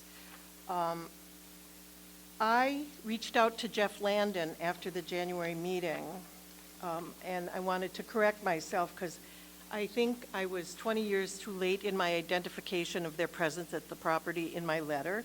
Jeff Landon clarified to me that it was 1936, that they had been at the property. He also clarified Landon and Hall was formed in 1938, continued to operate at the property until 2007. And to clarify information that Mr. Moritz had shared with you about the BMX bicycle track, Mr. Landon confirmed that its presence was a reflection, of the ages and interests of the Landon sons at that time, but the track did not interrupt or suspend the continuous operation of the construction company through that period. It simply augmented the recreational use of the property. Mr. Moritz talked a lot about the BMX track, but when some commissioner asked whether it supplanted the construction company, he said he did not know. Jeff Landon has clarified that to say it did not interrupt the construction company. And Mr. Moritz did say that during the BMX period that the upper areas immediately adjacent to his property were in use by the construction company. That is true, and that reinforces the history that we've provided to you. There's been a lot of speculation at these meetings. I'd like you to distinguish between the speculation and the concrete evidence that has come before you. I would also say that much of the commentary from the neighbor and his lawyer at the January meeting, and this is reflected in Attorney Rubano's letter to the commission dated January 18th, combined the zone amendment with the special permit application, and the ordinance, the regulation sections to which he referred in his letter, which were only two, relate to the special permit, not to the zone amendment. So there was very little, if anything, there to counter the evidence that we've placed before you. I think I submitted into the record in January a copy of the Guilford noise ordinance because you did have that conversation. They talked a lot about noise in January. Nobody talks about the fact that the ordinance says unreasonable noise and then goes on to create by decibel level and distinction the time and volume of various noises. I think it's a red herring, certainly for the line change, and it would be nice if we could stay on the petition issues for the evening. And I appreciate Mr. Bauer, Attorney Bauer, Commissioner Bauer, clarifying that there were no zoning regulation sections associated with the allegations of violation that were made by the neighbor, and indeed Ms. Reed confirmed that there are no violations. There is one inconsistency. The fence is at 8 feet. A lot of the neighbors' concerns have been about view, but I assure you we will be restoring that to 6 feet. We will cure that defect. So, as I said, I reviewed all of these old minutes of the Zoning Commission from 1953 through 1966. I saw when you adopted the State Enabling Act. I saw that sand and gravel operations back in 1953 were permitted to operate 20 feet from a property line, later reduced to 15. It's interesting because it's a different time. I read that on September 12, 1955, the Commission determined that anything not zoned R or C, residential or commercial, was zoned rural district. That's in my letter, that picture of this area. In 1960, the discussion turned toward industrial zones. On May 2nd, 1960, there was a vision of having 660 acres in town that would be zoned industrial. These conversations mentioned I-95. And then it was September 26, 1960, the Commission talked about zoning districts and a uniform setback of 200. I mentioned this before. On September 1st, 1961, the Commission minutes reflect that the town must increase industrial activity. So the setback was a round number, right? It had nothing to do with property lines. It had nothing to do with disparateness. In fact, one could say, and interestingly, Commissioner Bauer in the prior hearing, or the hearing about accessory units, said, well, I suppose some number could be arbitrary, right? Is it arbitrary to say 100, 200, 300, 500? And interestingly, the cases say, well, you have to pick some number. Okay, so that adoption in and of itself is not arbitrary. But I would submit that when facts come to light, as we've placed before you this evening, it bears notice. When Attorney Rubano speculated that the line at 361 Long Hill Road defines how the zone line was chosen back in the mid-60s, that is speculation. And even if it were, arguably the case, the point is that the Landon family was already at this site, already using all of it, and the projection of a zone line was of no consequence. Then, it is now, because your regulations have intensified over time. And I've discussed the buffer issue, which I think is very critical. Oh, look at that. I think I have that twice. Okay, so I also wanted to simply add to the record, and I'll pass these down, because the issue of traffic and activity on this Collector Road, Long Hill Road, this is some loading activity going on. It's a safety zone. Those trucks get there. Thank you so much. And the school buses associated with the school bus lot and the school that's certainly much further, a school that's much further up Long Hill Lane. So we have a collector road. This is not sort of, and we have I-95 for sure. So where else do I need to go with you?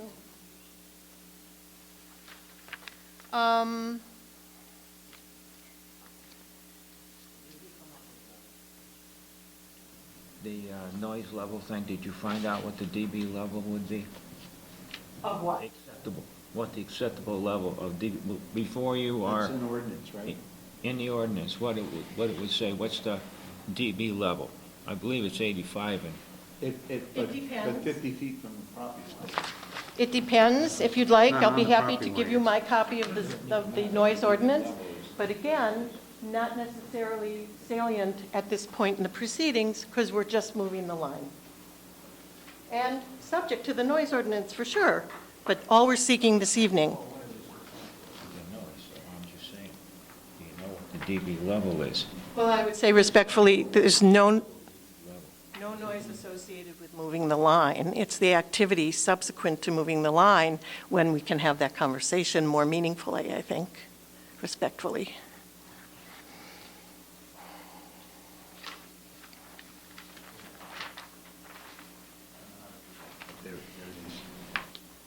All right.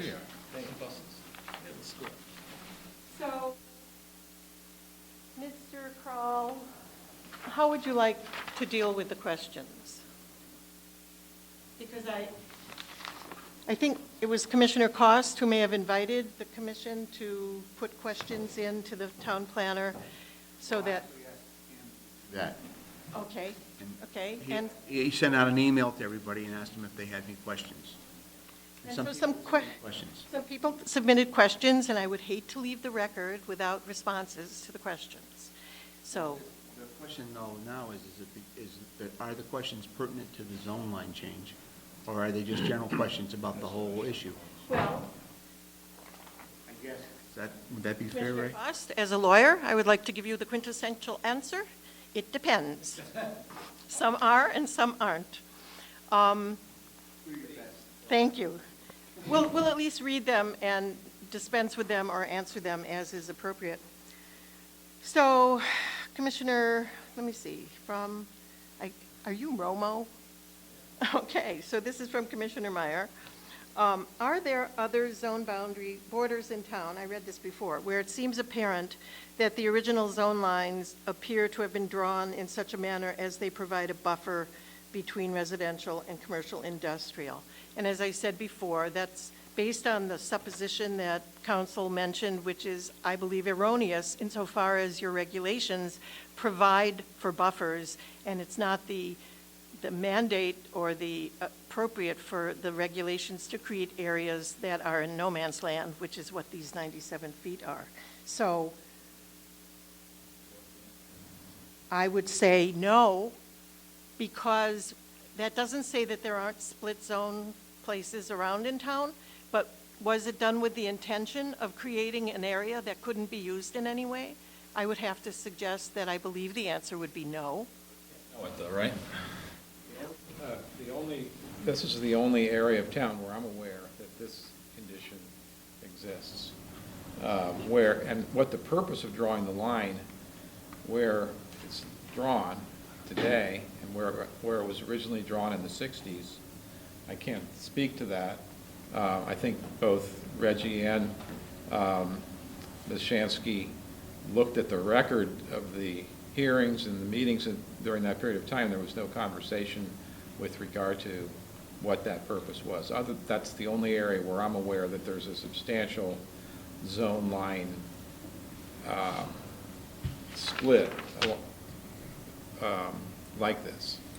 In 32 years of practicing land use law, including representing municipalities, I have never seen a commission intend to split zone a parcel, particularly in a way based on subsequent setback requirements, created an area where the uses were so ambiguous or non-existent as this. Indeed, all of my activity in those 32 years, infrequent, but I have done it, have been to undo split zone parcels and to restore them one way or another. And there's a very important Connecticut appellate court case, Königsberg, that supports this notion of clearing up the split zone. So Where this is, had a substantial, or at least anecdotally, you could think that that was the purpose, is on the property to the north of this, across Hubbard Drive, the Bruning property. Was it, at one time, the Bruning property, today it's the safety zone. The zone line there is set back the same distance as this one from the road, and it was all, as my understanding, it was all one parcel, one industrial parcel when that was created back in the 60s. So perhaps that was the reasoning behind this, drawing this line, but none of us were here at that time, and I was not able to find any record showing that. I think in point of fact, it's unknowable. So if for the last several decades, that zone line was where it was, and the property line was where it was, and the gentleman who purchased that property, or the family that purchased that property, established a value in their mind, and also when they bought the property, that there was in reality a buffer there, because there was a zone line and a property line that was larger than it was what you're suggesting, not 75 feet, but in fact 125 feet or whatever. Would we not be devaluing his property if we move the line closer to his property? Glidden Appraisal, certified appraiser, 35 years experience in Connecticut. I asked him that question. And looking at the entire, and let me hand these out.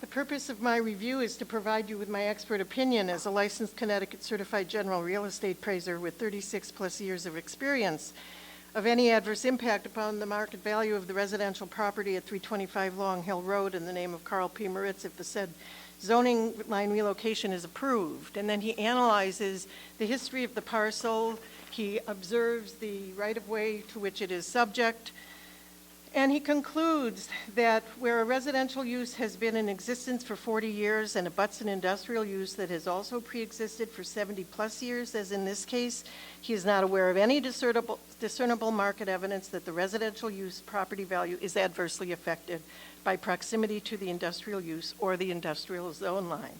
It is his opinion that the market value is not adversely affected.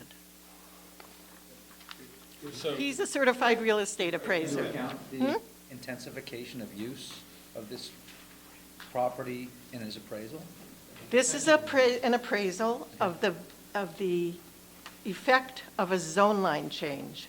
I know you'd like to jump forward, but this is only about the zone line change, and Commissioner Meyer's question is the effect of moving the zone line closer to that property going to affect property value? And the certified real estate appraiser says no.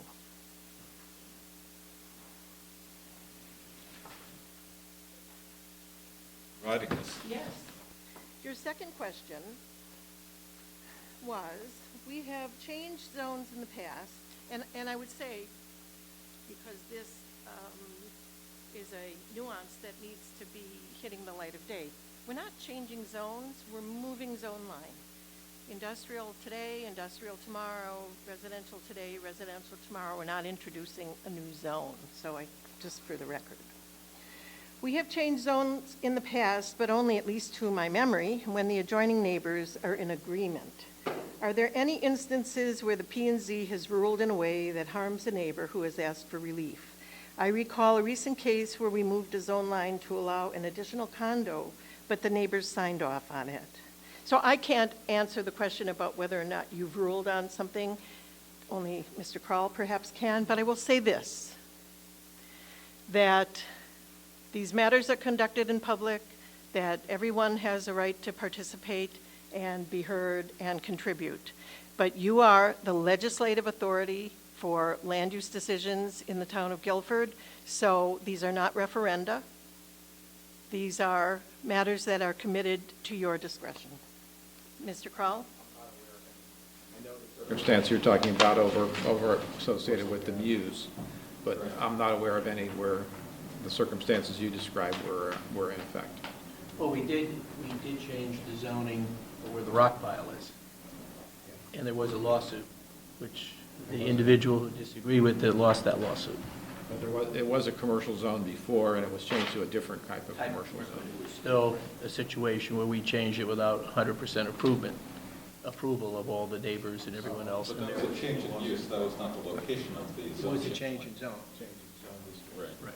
It wasn't a movement of the zone line. That wasn't a movement of the line, but it was a change of the whole property, okay, which is even maybe more aggressive than changing the zone. Yeah, if you look at it, back in 1969, we rezoned about 2/3 of the area of the town of Guilford from, we had a minimum lot size of an acre and a half to minimum lot size of 4 acres, and there were multiple lawsuits associated with that. That was before my time. So there's certainly been circumstances along those lines. I thought your question was more directed to moving a zone line, and I'm not aware of any circumstances where it was done contrary to the wishes of the adjoining property owners. Thank you. And your final question. Does intent matter in regards to the faulty application, or even if it was an oversight, don't we have the same responsibility and powers to reverse our decision and correct the error? That question relates to the first issue that was brought to the commission's attention with regard to this matter, and that's through the show cause hearing. The purpose of the show cause hearing was to hear from our council and others who may have an interest in this, what authorities we actually have. I don't know the answer to that question, whether we have the authority to reverse a decision that the commission's made. I think wasn't that the gist of your question? No, actually, phrase this as well as, I'm going to try to phrase as well as you're phrasing everything. My understanding is the original application by MAC Management was based on an engineer, Michael Harkin, saying this is where the zone line is. Our staff did not pick up the error, but the original basis was your agent misstated where the zone line was. Well, to clarify, If that was the basis, and if we have any, I mean, it all comes from that. That's where the foundation is. understood. And to that, I would say this. I, of course, wasn't there. I don't believe he said this is where the zone line was. What he did was present the application in the I-2 zoning district. I don't, and that's just a little different. He based his determination on the assessor's record. If you look at the assessor's record, which is in the record, it says I-2. And when I spoke to the assessor, also after the January meeting, I was told that they don't recognize split zones on their records, that they use the zone that the most predominant part of the land is in. So is the assessor's record the optimum place to look for a zoning designation? No. Obviously, a zoning map for the town would be the optimum place to look. But was that an intentional mistake? I can tell you as a professional that I spend all my time trying not to make any mistake. I think that whether it was not intentional, that's not Well, relevant. And I that's know- your question. Does intent matter? And I want to say that this is pure accident. I agree that it's an accident. I know Michael, and he's done a lot of work in front of us, and he's Each great. of us are here yesterday, we're going to be here tomorrow. There's nothing in it for us to be other than candid with you. Nothing. Just to clarify, so I understand more clearly what you just said, our assessors' maps are wrong?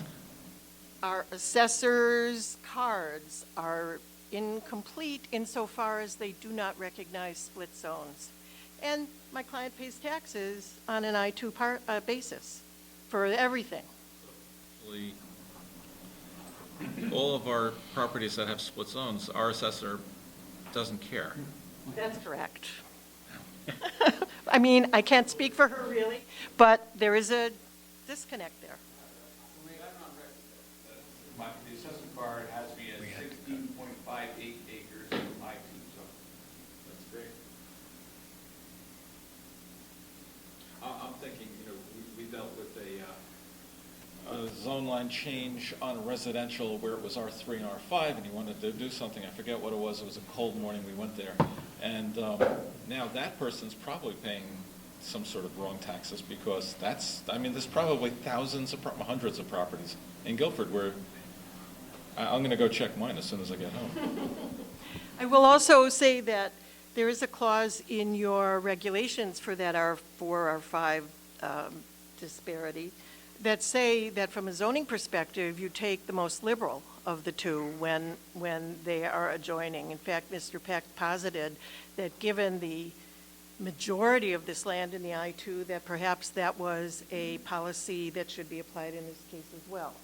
But we're here seeking the line change. Okay, so those were your questions. Are you satisfied with your answers? Wonderful job. Thank you. Okay, Mr. Johnson, you're next. Number one, do we have the authority to repeal the approval granted to MAC Management based upon a serious defect in the information presented to PZC? If yes, what is the process for doing so? Does someone need to make a motion? I have not heard any mention of this. If no, how do we redress such an egregious error?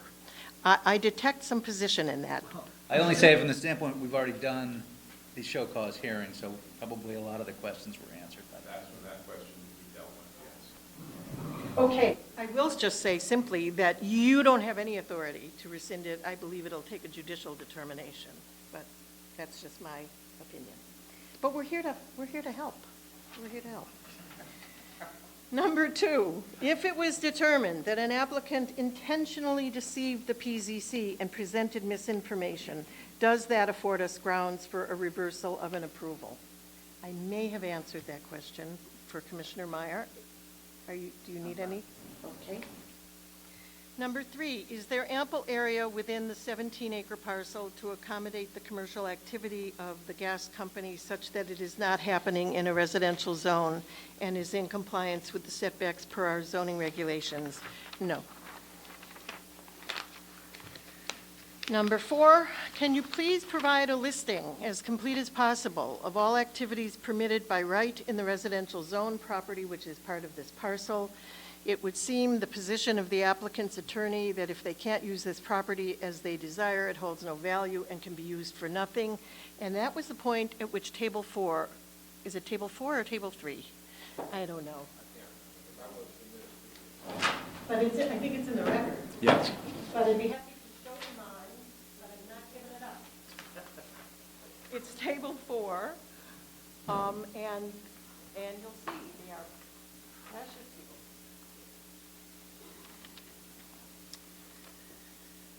Number 5, have we established a procedure where all future applications are reviewed by town staff for these type of zone issues so we can avoid these situations again? And I think everybody is on notice to be attentive to zoning designations. And I think that, again, to the intent question, we went through all that process, even that first time for the original site plan approval. It went through the site plan committee. It went through all the department heads. So I think everybody is on notice now to be more attentive. We do have a pretty rigorous staff process for reviewing these things. Is it foolproof? No. We have very competent people looking at these applications, and we do the best we can. Do we make mistakes from time to time? Yes. Commissioner Wallace, you're up. Have there been any prior decisions of a zone change after the fact, as is this one? Zone change. After we've approved something. Oh, reversing something that we've approved? I'm not aware of any. I will say that there are the prior decisions of a zone change after the fact. Yeah, I can't answer that, right? That's a specific question. Sorry.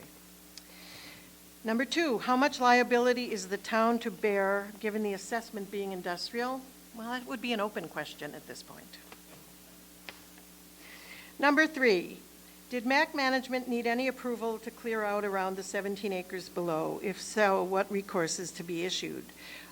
MAC management is fully permitted through the Wetlands Agency and through this commission, and there's no recourse necessary because there's no problem with that exercise. To that fact as well at the hearing, that there are no zoning violations, and as far as we know, all the ongoing activity have been properly approved by this commission. I'd ask some testimony. Right. Thank you. And number 4, would the applicant be willing to move the Southern Connecticut Gas Center below to the larger site? There are conflicts in operational needs between the existing business and that. So are there any other questions among the commission that I can respond to? All right, only a couple more things that I realize I'm forgetting. I want to remind you that Mr. Peck, in his letter, went through an analysis of your plan of conservation and development in terms of specifically utility support and gas company presence in the town of Guilford. And more importantly, he went through the economic development plan for the town in which this very property is designated for future development. So this doesn't come out of nowhere. This is consistent with all of the overriding planning documentation. Oh, good, that's right here again. Okay, so I'm almost done. In a Facebook communication yesterday after the settlement broke down, Mr. Moritz has called many citizens, invited many citizens to participate, which is great. It's a public hearing. But in his message, the messaging was incomplete and sometimes erroneous. So when the public speaks, I think it's very important to remember contextually what has happened here historically, the Landon history, our history, the chronology, and not lose sight of that during the testimony.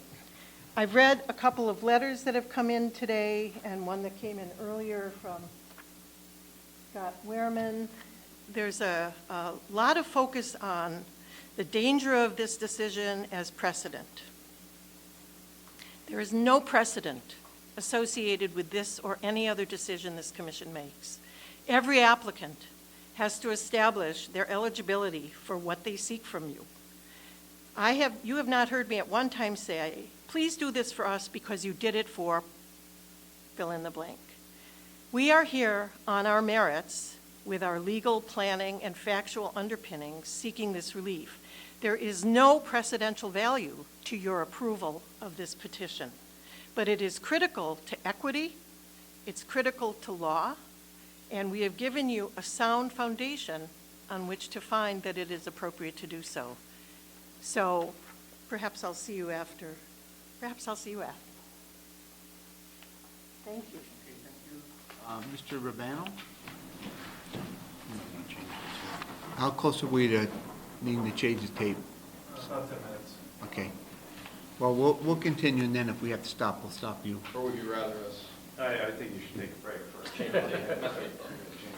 Okay. Okay. All right, we'll take a 5 minutes break, everybody, and you'll get the tape changed. To do some receives and get that out of the way? We're going to be on, I guess then. That won't work. About 10 minutes, more than 10 minutes. We'll give you,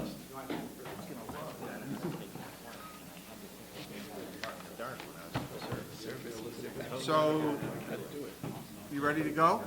Are we on? Okay, we're back. We haven't discussed this application. And you are Mr. Rubano, right, sir? That's correct, Attorney Matthew Rubano. You're from Madison. For Mr. Carl Moritz and also Mrs. Alvonia Fitzhugh. She's also here. I represent her as well. She's a neighbor, not an immediately adjoining neighbor, but in the close proximity to the properties in question here. In the interest of time, we're going to, actually, there's a good number of neighbors that came tonight to talk to you folks and express their opinions. I do have my own response. You have it in front of you. And it's going to probably take some reading. I will hit the high points of that as related to the presentation by counsel for MAC management earlier, particularly some points in conflict with what we know to be the case in terms of your regulations and the appropriate application of those regulations. But I would like these neighbors to get a chance to talk, and also Carl Moritz himself, before I get into those technical elements, and we go back and forth with rebuttal commentary, if that's okay with the commission. Okay. Carl?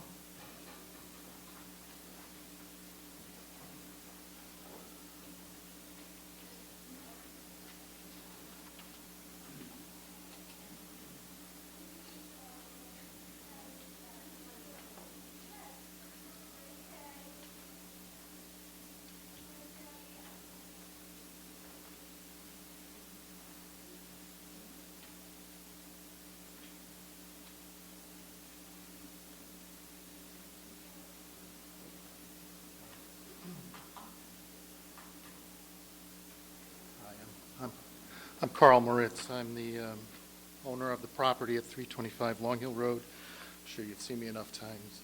You kind of know who I am.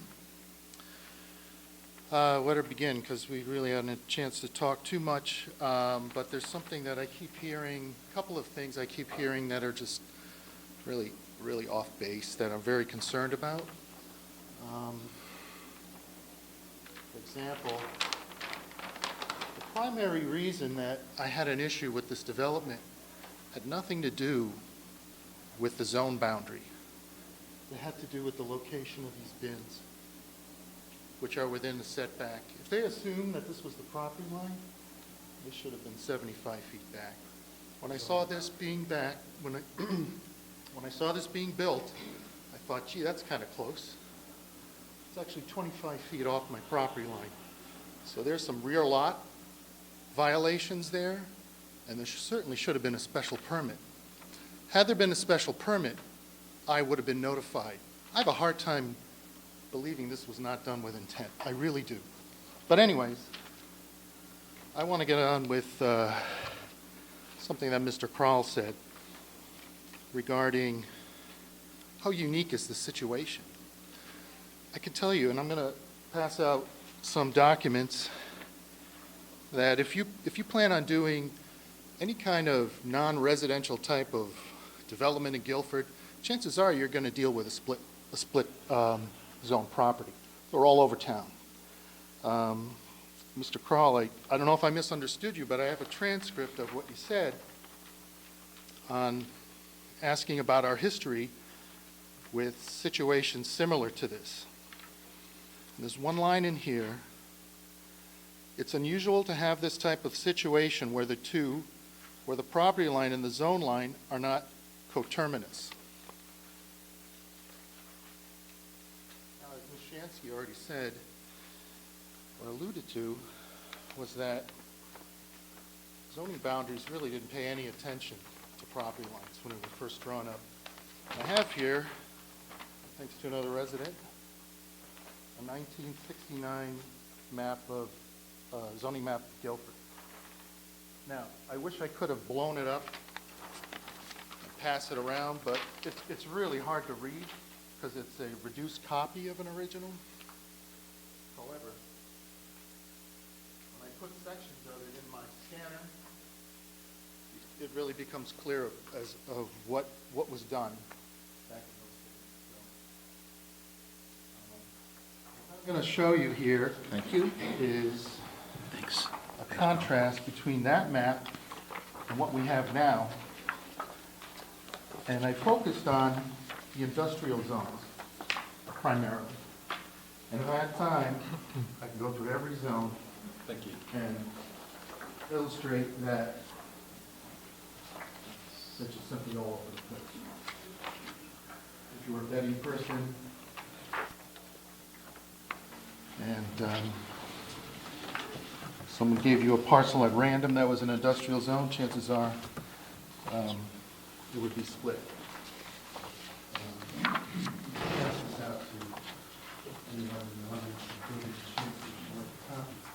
Okay, so on page 1, we have our zone, the one we're dealing with. Long Hill Road, if you look at the top, there's our I-2 district. It's designated as 300 feet off the center line of the road and 1,000 feet wide off of what now is Hubbard Road in that upper section. And in the lower section where we're dealing with, it kind of uses the stream or the West River and the westmost branch. Then if you look below at the current map, this is a town supplied map. This is a PDF that if you read your regulations, you link to this. This is the map you get that says this is our map. This is what you use. And it's missing these offsets in many situations, but not always. So in our neighborhood alone, first of all, if you look above, there's no property lines. And whenever you see a dashed line, that's where they use an offset. And they paid no attention to some other demarcation, a road, a stream, or whatever. So you can see the dashed line was an offset. If you look below, the zone looks pretty much the same, except in the upper right-hand corner, that's one time must become residential. Now, at the very lower left corner, I have a little legend here. Everywhere you see a star, that's a split zone. So, in our neighborhood alone, in our I-2 zone of subject here, there are 1, 2, 3, 4 of them. And if you look over to the right, over on Church Street, there's 1, 2, 3, 4 of them. So, between these two zones, we have about 7. So this is not unique. Let's go to the next. So if you live on Church Street, for example, if you look at the upper section again, there's an offset where the zone is defined by an offset, 500 feet off. That is the I-1 zone. And it's still the same. If you look below, it follows an offset off of a road. But again, the 500 feet designation is missing. This is how Guilford's zoning was formed. It's just a bunch of lines that pay no attention in a lot of cases. All right, page 2.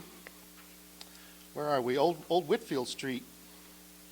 We have an I-1 zone. We have a couple I-1 zones. Here's one on the upper top.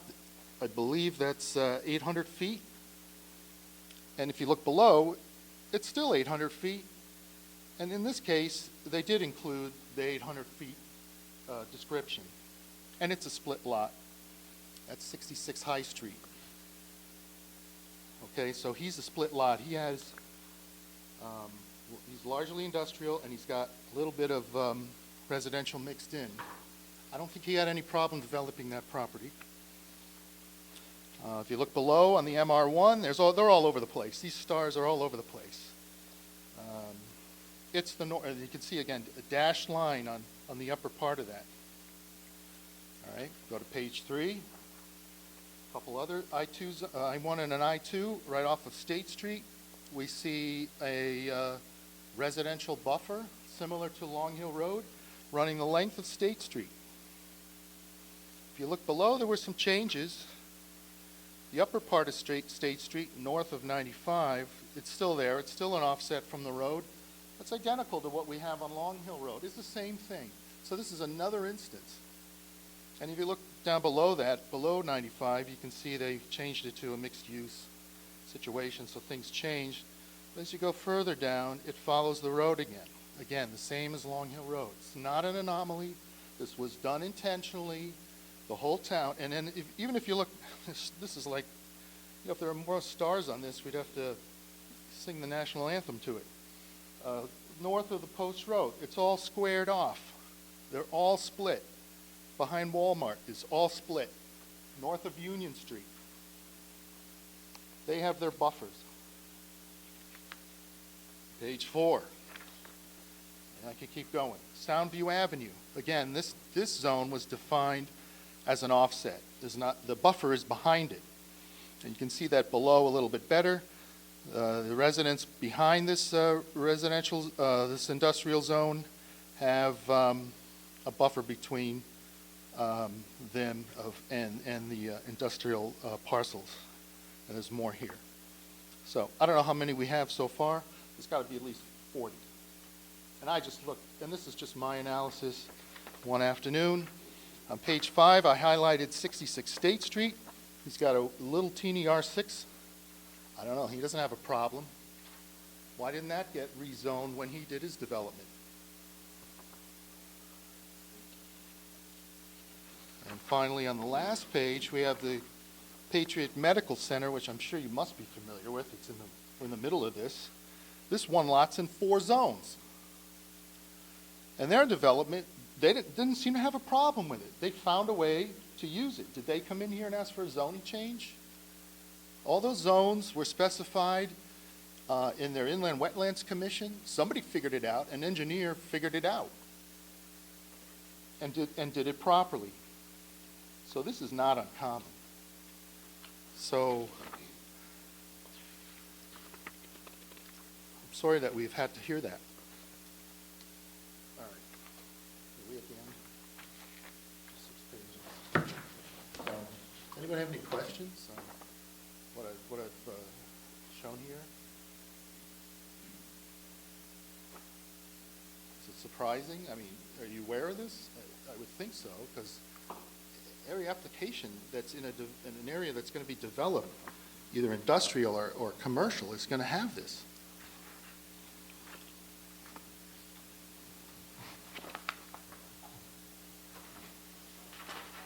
All right.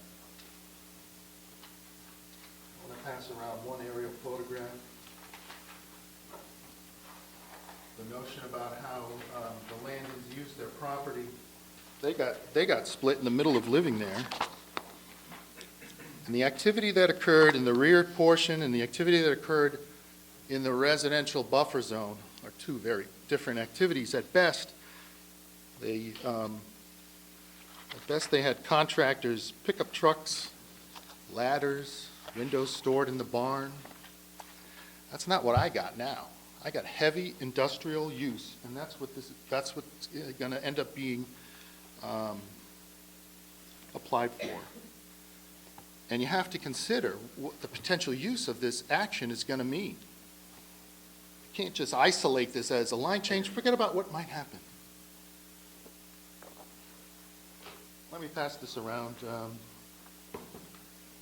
You've seen this one already. It's already in the record, but just to remind you, the use of this area, which supposedly has no use or limited use, they put in a greenhouse, a volleyball court, gardening shed, other gardens. They had an office, they had a carriage house, which they used, I can't really tell what they used it for, and then the wood shop, which is still there, and so is the garage and the barn. So, they managed their they lived in their house, they had this residential buffer, which they used as a residential buffer, and they did all their excavating work and heavy construction in the back. So I believe this zone is here to protect me from this type of encroachment. This is a really nice shot. You look up front, you see how nice the transition is from a heavy industrial use to a nice residential area. And it preserves the look and feel of the town and the property value of my house. Pretty cool shot here from so I just want to remind you without going into a whole lot of detail, the land is used, and here's another one, you should pass this around. Kind of shows how the rear area had much reduced usage, and the area near the home was more of a residential use. Again, at best, they parked their trailers there. They had some motorhomes, had their greenhouse. That's what they used it for. They didn't use it really for heavy construction or to support that part. There's a couple of backhoes, I think, parked in one of them, but they kept it back, which in an area which is currently in the setback. So, anyways, that's my part about what my opinion is about whether or not this is a unique situation. It's not. And if you make this change, you're going to have a line of people up here with their property saying, "Oh, they did that. Why can't I do it?" Ms. Shansky, in her application, cited at least two split zone eliminations, but they're all both residential. She cited them. Well, the next attorney is going to come up here and do the same thing with this case. And it's going to be somebody else. It could be my neighbor up the street. It could be the safety zone saying we want to expand our building. We want to put tractor trailer trucks where we now used to use for farming. And I don't think the residents want that. So I'm going to yield to Matt, or to the residents who kind of come here to speak on my behalf. There's a couple of letters, thank you, Carl, that were put in the record, well, at least one from Scott Werman that Attorney Shansky referred to, that was dated January 28th of this year, and he was in clear opposition to it. He did cite there's a precedential potential effect, and what Attorney Shansky is saying is true. Each case has to be brought before you on its own merits, but from a practical reality, people watch these YouTube videos of these proceedings. They get caught up trying to find out if there's anything like their situation, and they try to get recourse that satisfies their needs. And those might be commercial or industrial property owners with split zones. As Carl so well presented, there are many split zone properties in this town.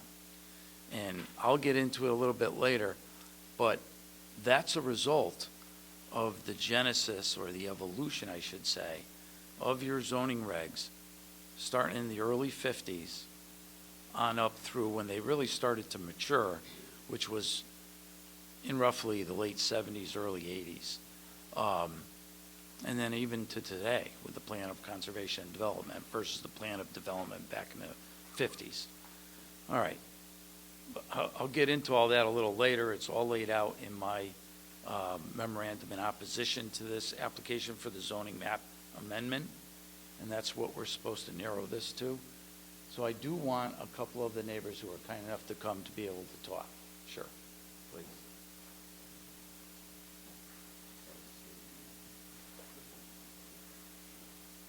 How you doing? My name's William Johnston. I live at 234 Long Hill Road. I bought my house 2003. I'm actually against the change. So when the property owner bought it, he knew it was mixed use. So he knew it wasn't industrial. I was a cop in West Haven from 1988 to 2010, and I've seen crazy planning and zoning stuff go on in West Haven. And I've seen photos of old West Haven, beautiful Victorians along the beach. You had Savin Rock down there and stuff like that. And then if you look at West Haven now, it's not the place to live. So it's like my house, I've got an acre of land. Across the street is 3 acres. Behind my house is the apple orchard. And to me, it's nice. When I bought the house, I knew it was an agricultural property behind me. So when they spray, they spray chemicals, stuff like that. I don't want to change it. I knew what I was getting into when I bought the house. They had to be spraying chemicals for the orchards. My whole thing is the property owner knew what it was, mixed use, not industrial. You guys improved Hubbard Road, which helped out with the tractor trailers that were going to Safeco. And so when they go down Hubbard, over the 77 to get the highway. It's no big deal, because you have Safeco, you got the school bus place, you have the veterinarians, you have cemetery. But if you look along Long Hill Road, you basically have residences. And right now, you're improving Long Hill Road from Hubbard down to Route 1, which makes me wonder, does the town want to push commercialization and industry off of Route 1? Hopefully not. That's still a lot of residential areas. So in short, I like Guilford the way it is. I don't want to see it get overly commercialized. I understand the revenue. Politicians never say no to a revenue source. I understand the commercial aspect because you have taxes coming in, but it's not a residence drawn on a tax base. But I've seen other towns that they have gotten carried away, and it's totally ruined the character of the town. So West Haven was one of them, so. Any questions? All right, thanks. Come on up, whoever's next.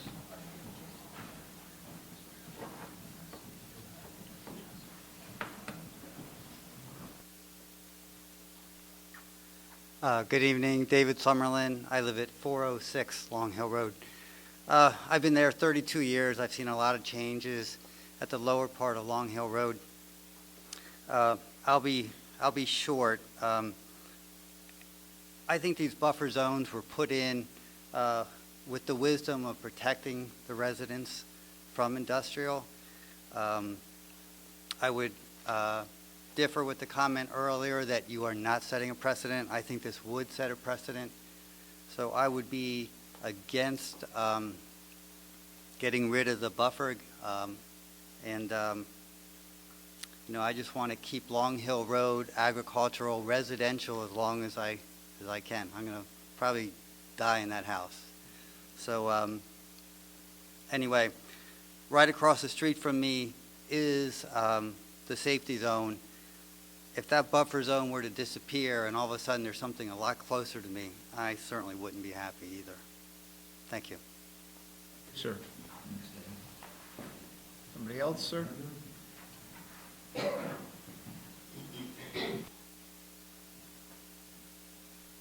Good evening, it's Andrew Bovin. I'm at 449 Long Hill Road, so I'm just a little bit up up the road. I'm not directly abutting the property, but let's see, I bought my house in 2012. I have my own concerns as to the slippery slope, and I think you kind of hear a little bit in the applicant's position, but what this leads to say that it's not going to set precedent, the law is a system of precedents, and everything has to win on its merits, sure, but this does present a problem for people like me who live, I'm just next to Apple Tree Lane, and the safety zone is right next to me, and it would present a concern that, well, maybe they want to move their buffer up, maybe they feel that this was appropriate, and I don't see what's to stop anyone else from trying to do that. And I bought my house 5 years ago thinking that this is, as much as Long Hill is a residential area, residential neighborhood, this is what it's going to be. And if that starts eroding a little bit, you're going to have people like me, I think, that aren't going to be so crazy about living there. I have 2 young kids. I don't want increased traffic. I don't want increased industrial use, particularly heavy industrial use. I haven't really heard the particulars today about just what that increased use is going to be, but it doesn't sound like it's growing flowers. So that's my concern, and certainly I oppose the application. Thank you. Next.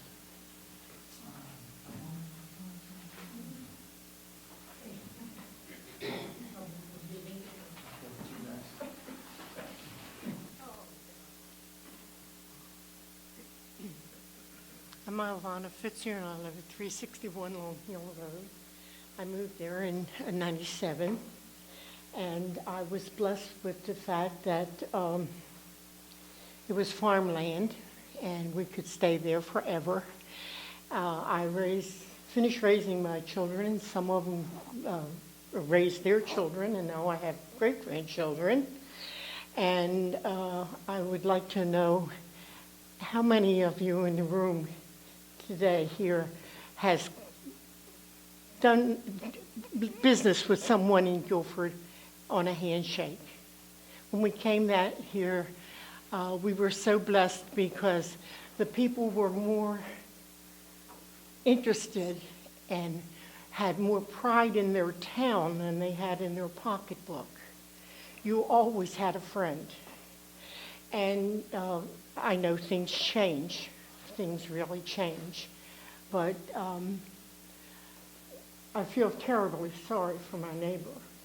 But now, we didn't know when we moved here that the high school was up Long Hill Road.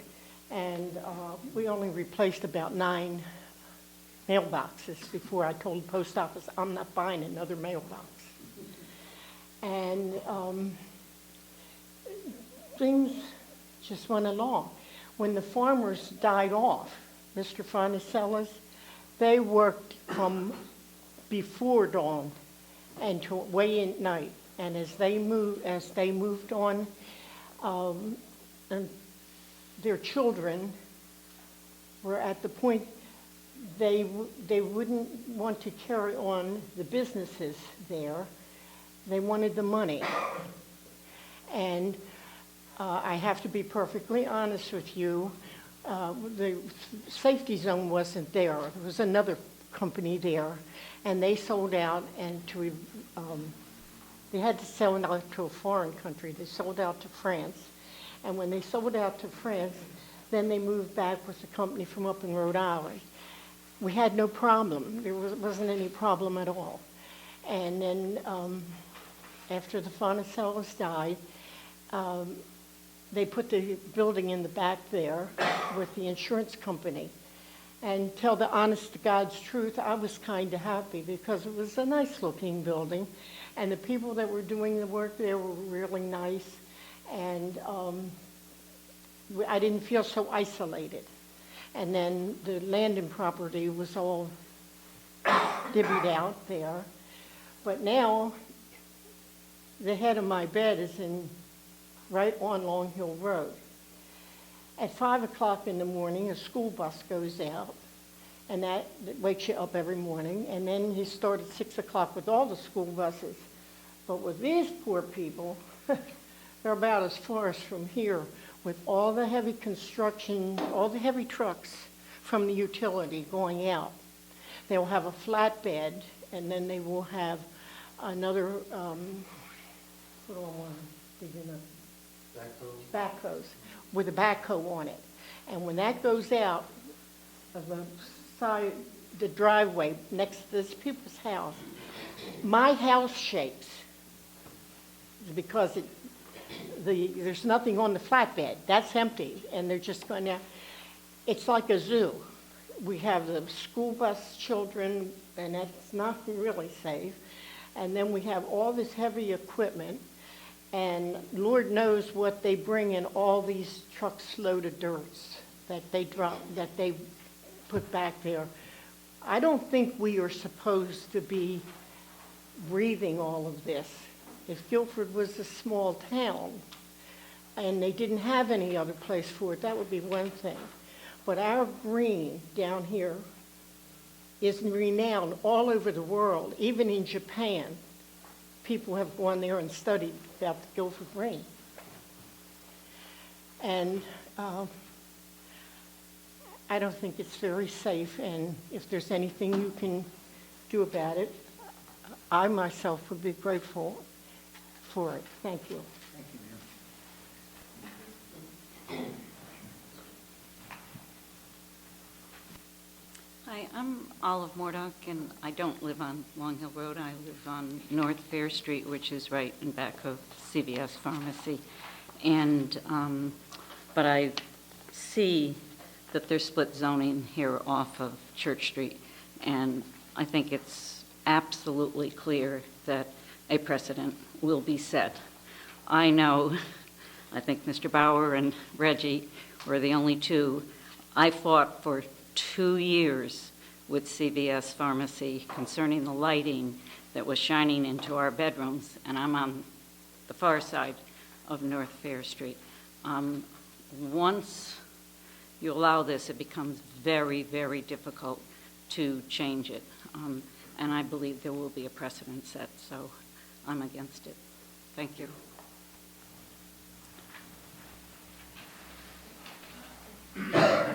that's it for the neighbors. Okay. Thank you very much, all of you. I should mention that Andrew Bovin is also an attorney. I had the pleasure of being on the other side of a matter with Andrew, and I find him to be a extremely diligent and fair-minded professional. I don't think his comments up here when he was speaking to law and precedential value should be taken lightly. Not to say anything less of the other people who spoke to the same issue. But as an attorney, his comments are steeped in a lot of legal knowledge. Okay. Again, thanks for all your commentary. I think what you're catching by the drift of the neighbors' concerns is effectively this is a simple matter, really. It's all about industrial creep. It's simply that. This property, 17 acres nearly, 16.58 I think is the actual number, has been owned by Mac Management for a while, as you've heard and you've seen in the record, and he owned it and used it as a singular industrial enterprise. Okay, fine. The day comes, though, when all of a sudden he realizes maybe I can put the top acre to use, or nearly a full acre, I believe it is, actually it is, and have a public utility, in this case Southern Connecticut Gas, come in and I can make money off of them. It's not in the record, I won't get into that part of it. It came up in some discussions, but they're settlement discussions, so I'm going to honor that fact. But in terms of the term of it, I don't know the monetary amounts. But obviously, his motivations are to utilize it, and I applaud that in a fashion that helps the town's tax base and also, of course, helps him. But think about it. It's taking what had always traditionally been a singular property in terms of industrial use and turning it into a multi-industrial complex. There's arguments that, well, it was BMX, but the land and construction company was using the upper half, BMX bike trail down below. Well, that doesn't sound like an industrial use down below. So it's always only been, at most, singularly used for industrial purposes. And the land's usage pattern was pretty light compared to what it was zoned and allowed to be. The current contemporary usage pattern is anything but down in the pit. Now, as you heard tonight and entered into the record, they're in full compliance. Okay, that's great. You also heard tonight that with the exception of an 8-foot fence installed, everything else was in compliance on the multiple industrial premises, the Southern Connecticut Gas site. That's not the truth. That's clear it's not the truth. For 9 months now, since July of last year, that property, that premises, the Southern Connecticut Gas premises, has been operating in non-compliance with your regulations, and you know that. That's why we're here. We've been here since December talking about this. Didn't we granted them that ability to use the property as the Southern Connecticut Gas Company, right? So yes, but on an erroneous basis of the location. But they still have a right I to just do that because they have an approved plan. With the bins 25 feet from my client's property line? I just don't want. That's in derogation of your own regulations. Have an approved They plan have an that was approved not plan. challenged in court. Now, I understand what you're saying, okay? Don't get me wrong, and I haven't formed an opinion on this, but I don't think they're not in conformance with the site plan we gave them, that we With the approved. site plan you gave them. But I said the Guilford zoning regulations, I believe. Maybe not exactly, but I'll clarify that. The client's right. The dust control that was approved at that time. Violation. That's It not, should be that's right. rectified. That's exactly correct. If It was there supposed to were be paved. a dust control issue. It hasn't been paved. It was supposed to be. Aside, I just wanted to get. I didn't cut it. clear. In fact, I didn't get a copy of that document that you have, you received from council, both the map showing the different colors, so I wouldn't mind a She's got copy of it that, nor the next document.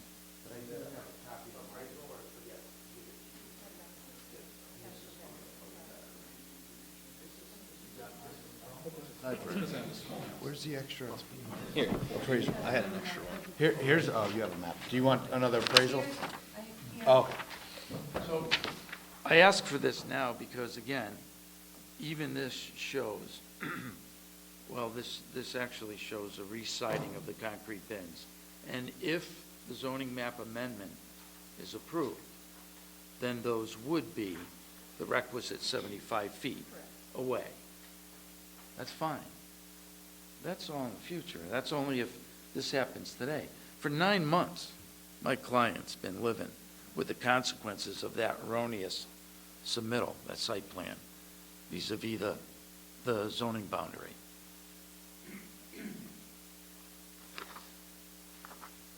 More significantly by my standards, because I don't have to live there, is that, in fact, what I told you back in January, and somebody asked me the question, do you have your exact source for that?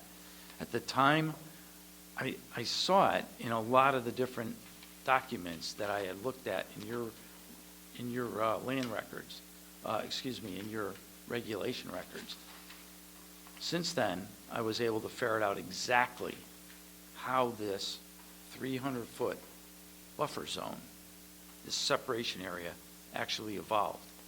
So that's all laid out in that document I gave you with the exhibits that are attached to it, yes.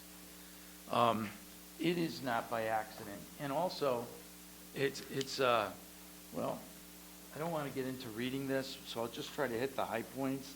On the second page, I mention where it says, see Exhibit B, minutes of Town Planning Commission meeting. Actually, I jumped ahead. Where's A? Yeah, there it is. Halfway down the first paragraph on the second page, I was addressing the plan of development as contemplated by Guilford's Comprehensive Plan of Development by their Town Planning Commission, as it was called at the time. They did that for 6 years. They worked on it. Originally, the regs were set up in the early 50s. 53 is the date of the first zoning map that's on here. It was effectively filed on May 8th, 1953. The zoning regulations were in place at the time. There were booklets. You have all these in your planning and zoning office. There's excerpts of one of those books in here. That zoning map was attached and then modified over time. But I think what's really important in Exhibit A, the minutes of the town planning meeting on November 25th, 1958 at page 81, if you go to Exhibit A, it shows on that page 81, when they're addressing, these are the actual recorded minutes of the November 25th, 1958 meeting, when they were having a hearing and discussion with the Municipal Industrial and Development Commission, directed to a joint discussion with that commission and concerning the proposed town plan of development. That's the prior page. So what they did, the following represents the sense of the discussion. And they took an article that was published, evidently somebody either tape recorded it, or transcribed it as it was being done. And Robert Orcott of the Planning Commission pointed out changes in the thinking of the commission since the recent informal hearings on the town plan. Principal changes thus far made in the proposed allotment of land for industrial use are shift to residential of the northern part of the Davis tract on Clapboard Hill Road, semicolon, and shift to industrial of an area north of the turnpike along Sawmill Road and westward to a line 300 feet east of Long Hill Road. Availability of city, and goes on to talk about why they found that to be appropriate. Down below at the bottom, you can see where it's parenthetic, it's identified with an asterisk. James Lee, town planner, noted that craft type industry is permitted in all land use classifications in the proposed plan. He also pointed out the possibilities of designed industrial districts as a means of controlling the type of industry and the kind of plant so fully that it could locate even in residential areas without detriment. I don't think I have to tell you the gravitas of that information. On Exhibit B, you can see moved by Commissioner Orcutt at the bottom there. It's identified. The commission adopted the plan of development as submitted on public hearing on June 30th, 1959. So getting back, there is a seminal purpose behind that 300 feet setback, buffer zone, whatever you want to call it. It was to protect the residential properties on Long Hill Road, a road that's 95% residential, except for this I-2 zone, and a small piece adjoining Boston Post Road, where Long Hill Road comes into Boston Post Road. Other than that, it's virtually all residential, as it's evolved. And that's what the people here today are talking about, preserving that from industrial creep, as in this case it would be. Further on that Exhibit A, page 81, what you think Robert Orcott means? And also, what, is this just a clip out of a newspaper, or what is it? This is the way, when they were doing the meetings back then, they took information evidently from newspapers and the like, and they built them right into their minutes. These are the minutes as recorded. Okay, so what does Robert Orcott mean in what he's saying there? Because I really don't know if I completely understand him. In what way? What he's saying about, how, that entire statement. Robert Orcott of the Planning Commission pointed out changes in the thinking of the commission since the recent informal hearings of the town plan. Principal changes thus far made in the proposed allotment of land for industrial use are shift to residential of the northern part of the Davis Tract on Clapper Hill and shift to industrial of an area north of the turnpike along Sawmill Road and westward to a line of 300 feet east of Long Hill Road. So what does that, I really... Okay, I'll tell you what, I think the best way will be to look at an illustration of that very information. If you jump back to Exhibit D, zoning map of the town of Guilford that was adopted in 1969. Go to the second page of that Exhibit D. You'll see what he stated in writing. You'll see depicted on that map, which is the zoning map at that time, the town's actual zoning map. You can see where the 300-foot setback buffer zone from the road, Long Hill Road, eastward in this case. And you can also see, you can't quite make it out, but the road to the right is Sawmill Road. That's what he was talking about, west of Sawmill Road. Anyway, that's how he puts it in language. He says, and shift to industrial of an area north of the turnpike, which you can see in that picture, to a line 300 feet east of Long Hill Road, along Sawmill Road and westward to a line 300 feet. Because Sawmill Road is part of the boundary for this I-2. And at that time, that entire lot was one lot, right? My understanding, it was, all that property was owned by the Landons. Yes, it was. At the time. It was all Landon property. So the Landons, when this went into effect, and there's a lot of townspeople that came forward to this commission or its predecessor commission, which was called the Town Planning Commission, way back then, for 6 years. And you could see, if you go through these minutes, there's some pretty heated discussions, there's some pretty concerned citizens, and the word had to be out at the time as they were trying to create some level of industrial and commercial use north of the turnpike. Actually, the turnpike wasn't even in there at the time, in the late 50s, mid to late 50s. But north of the Boston Post Road, they were looking to turn a lot of rural and agricultural land into some useful tax base besides just farming or residential. And that was the genesis of why they started creating these buffer zones. And this specific one, which I think is the most important point.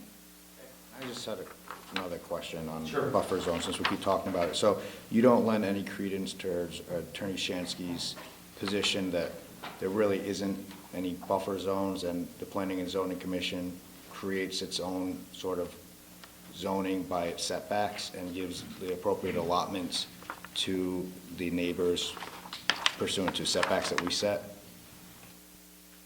I'm not sure I understand the whole question, Commissioner. Attorney Shansky presented that the Planning and Zoning Commission sets up setbacks, right, for different zones. And those setbacks are sort of supposed to be the...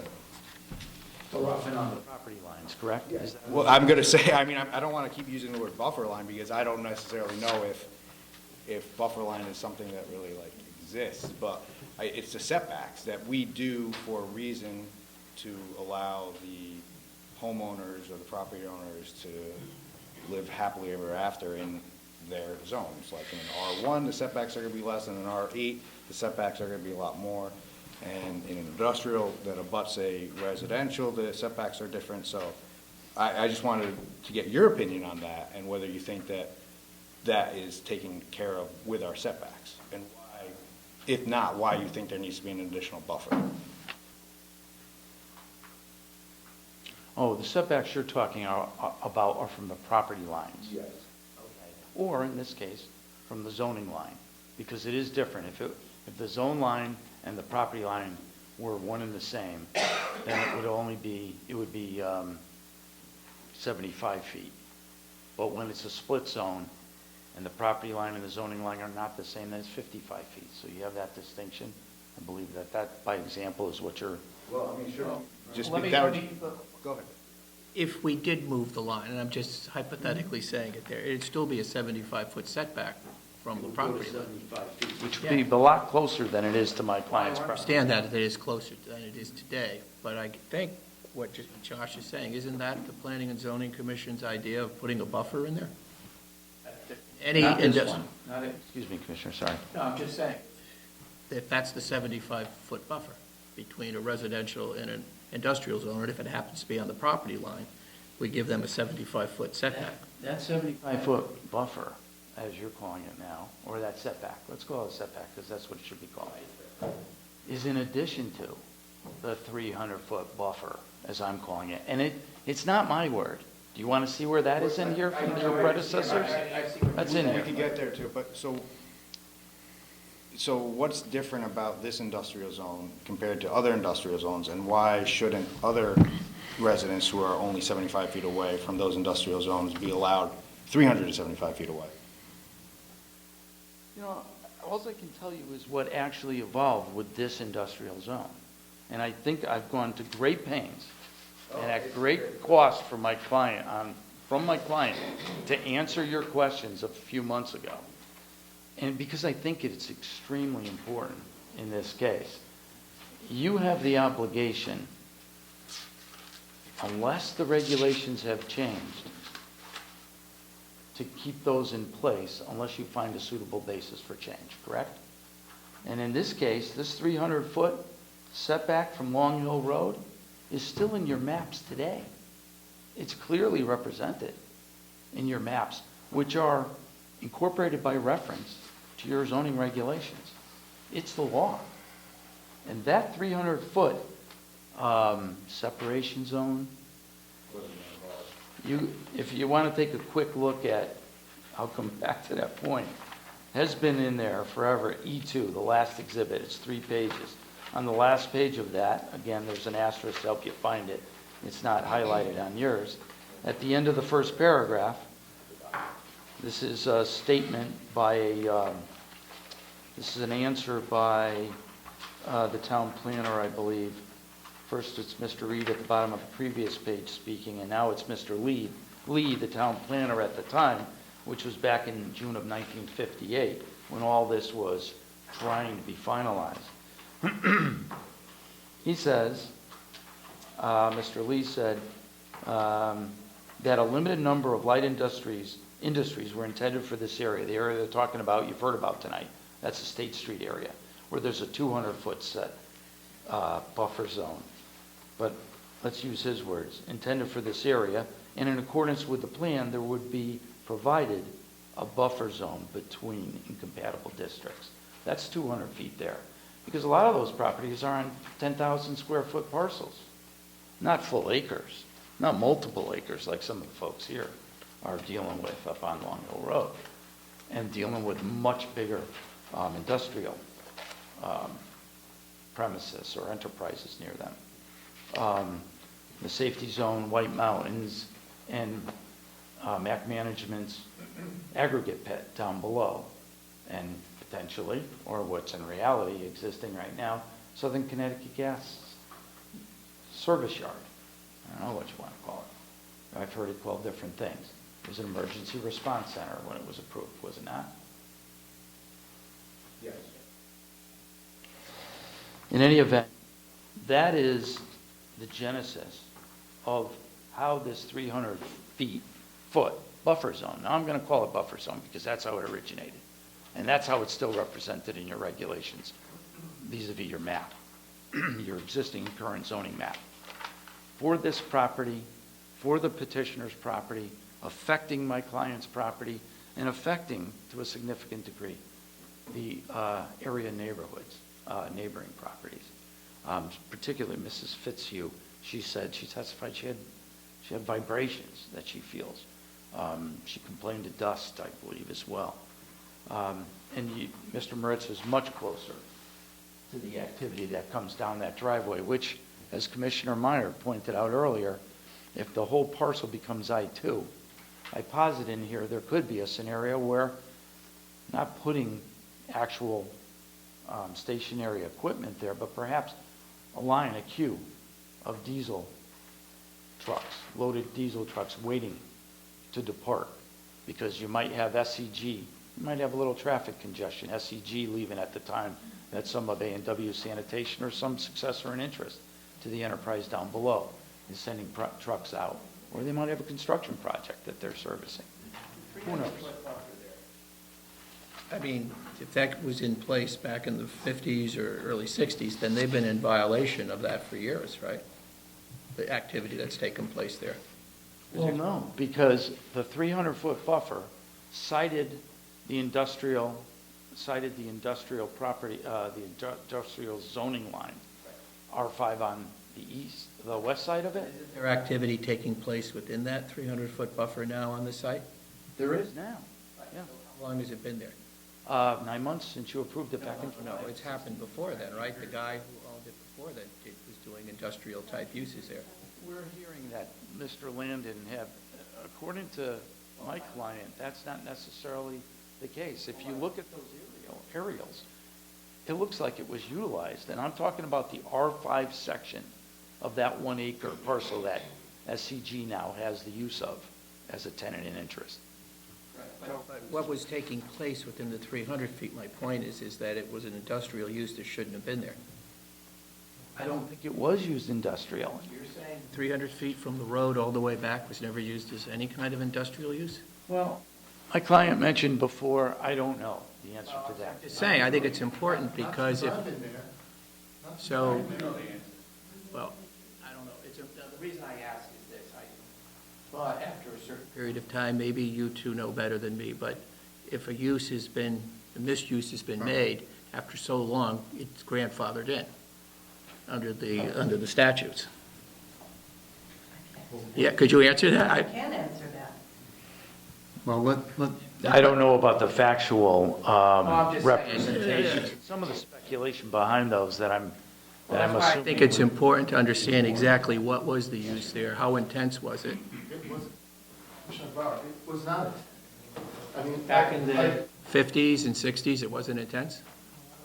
Well, that's my point, is if it was intense back then, it was in violation back then, it was never done anything, and if the statutes say the activity's grandfathered in after that, I don't see how you could fight that, but. That's a big if, though, we don't know. Well, I haven't found that in the record anywhere. No, that's why I'm trying to establish is what's the facts of what was actually being done there.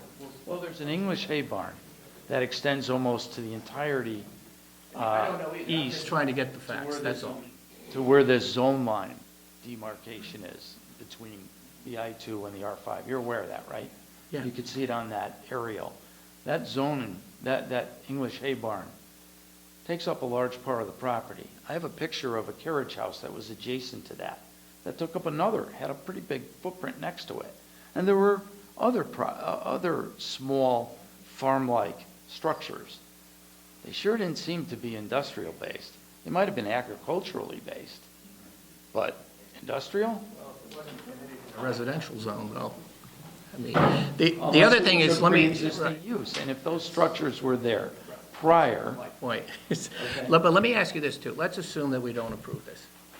They're still allowed to use that property for what they're using it for now. They can't expand it, but we approved. As long as they put it in compliance. If you approve this? No, I'm saying it's already been approved. They have a site plan approval. They have an approval prior to this for what they're doing there.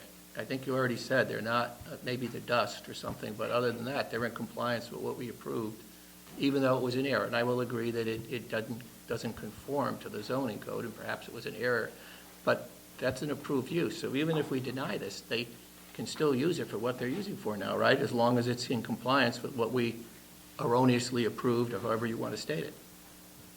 So what's going to change if we don't approve this? Well, your show cause hearing was intended to rescind, my understanding, or not rescind that approval. Attorney Shansky earlier tonight said that it would be subject to judicial review and judicial review only. Well, the other thing too, we weren't sure. You can also enlighten me on this. I thought that after there was a decision made, there was a period of time, like 30 days or something like 15, where you had to appeal it to court. And if you didn't, that was the end of the story. You can't change that. Otherwise, every decision we've made over the past 100 years would be open to judgment. So so that's my point, is how are you going to change this? If we do not approve this, how are you going to? The show cause hearing was, I thought, should have been the I first. don't think we have the authority to do that. I don't have the authority. Yeah. Show cause hearing, which we, as the commission members probably know, we've never had a show cause hearing to assess whether or not we could rescind the site plan approval or take any other action subsequent to the end of the appeal period. The purpose of the show cause hearing, which was a suggestion of Chuck Andrus, when we realized that we had mistakenly approved the site plan, the activity was there, Reggie raised the question, should she issue a cease and desist order? Because the activity did not comply with the zoning code. Chuck said, no, you couldn't do that because the commission had approved a site plan.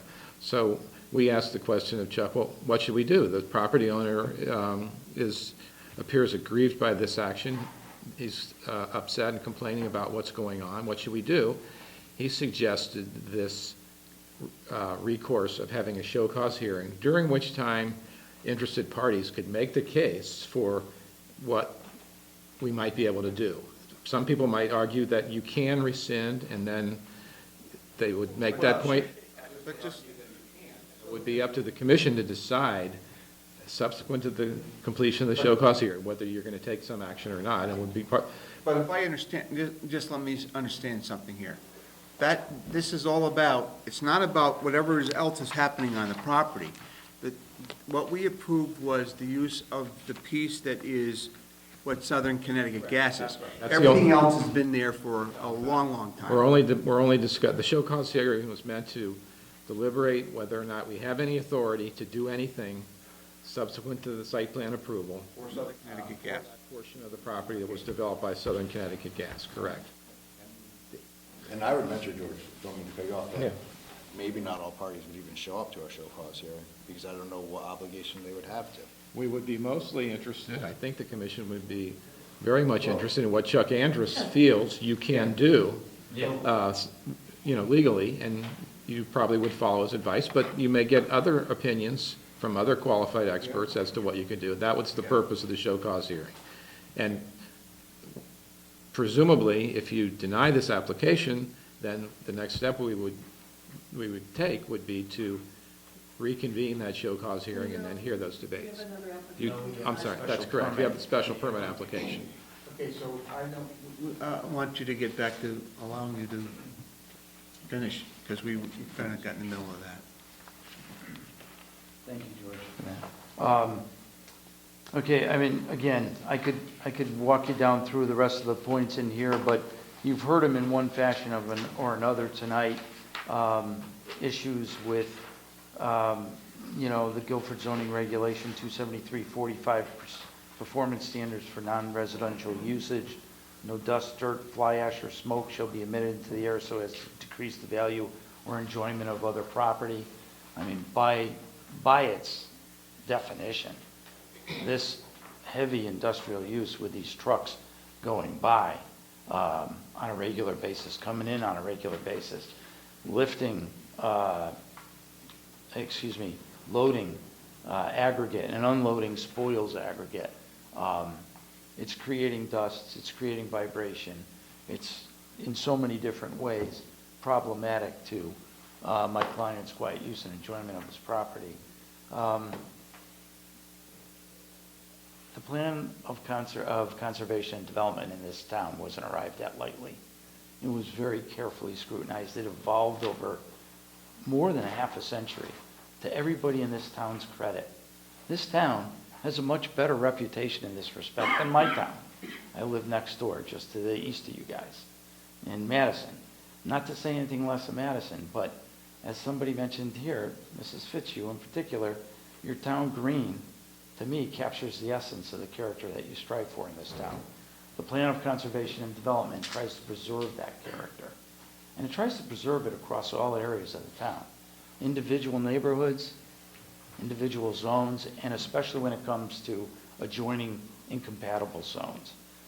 When this 300 feet of separation was put here and kept here, right up until today, if you were to move that back about 123 feet by my calculations, that's approximate, to be coterminous with Mr. Moritz's eastern property line, and then adjoining his northern property line, coterminous with that, all the way to Long Hill Road, eliminating the entirety of the 300 feet there.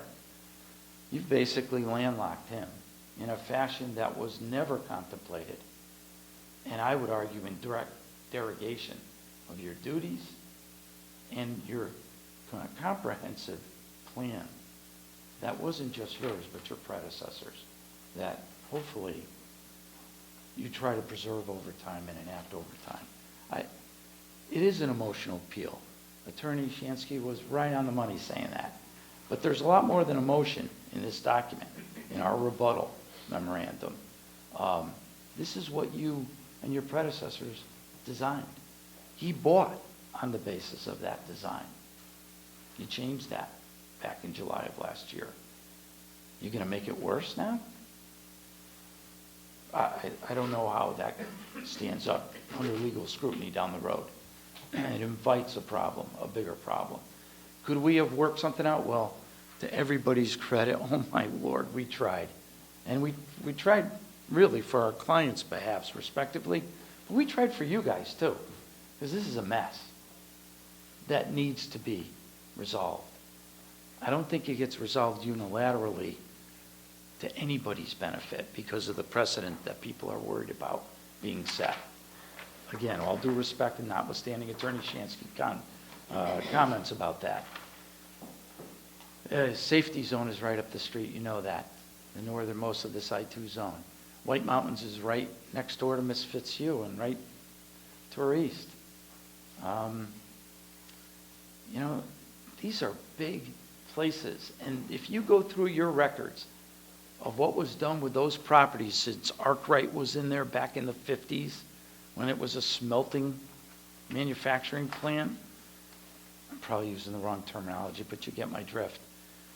They went to great lengths in working with the Planning and Zoning Commission of the time, the Town Planning Commission, to make sure they did not derogate the obligation in some fashion or make a detriment to that 300 feet of buffer zone between the two incompatible usage patterns, the industrial usage and the residents across the street and up the street from them, like Mr. Bovin.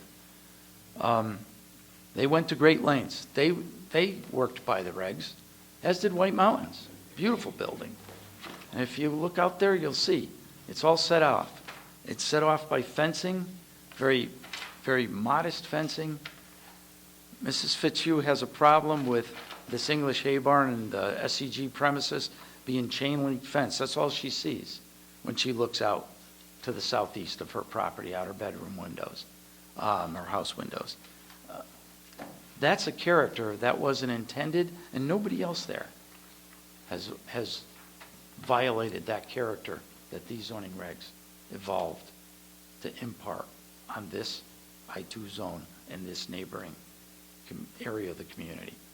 I would ask that you don't change that any further. Sir? Margie, I guess, let's try to not keep this going back and forth for 2 hours, all right? I will respond only to what has been offered and very briefly. Nothing that has been said by way of the history is inconsistent with what I have placed before the commission. There's nothing in Mr. Orcott's testimony talking about the 300 feet that in any way suggests that it is a buffer. Yes, it's consistent with what I described was the adoption by the commission of uniform 100, 200, 300, 400, and 500-foot setbacks. The word is setback. Buffer is not a defined term in your zoning regulation. We don't impose notions that are not embedded in your zoning regulation. There is no buffer in your zoning regulation.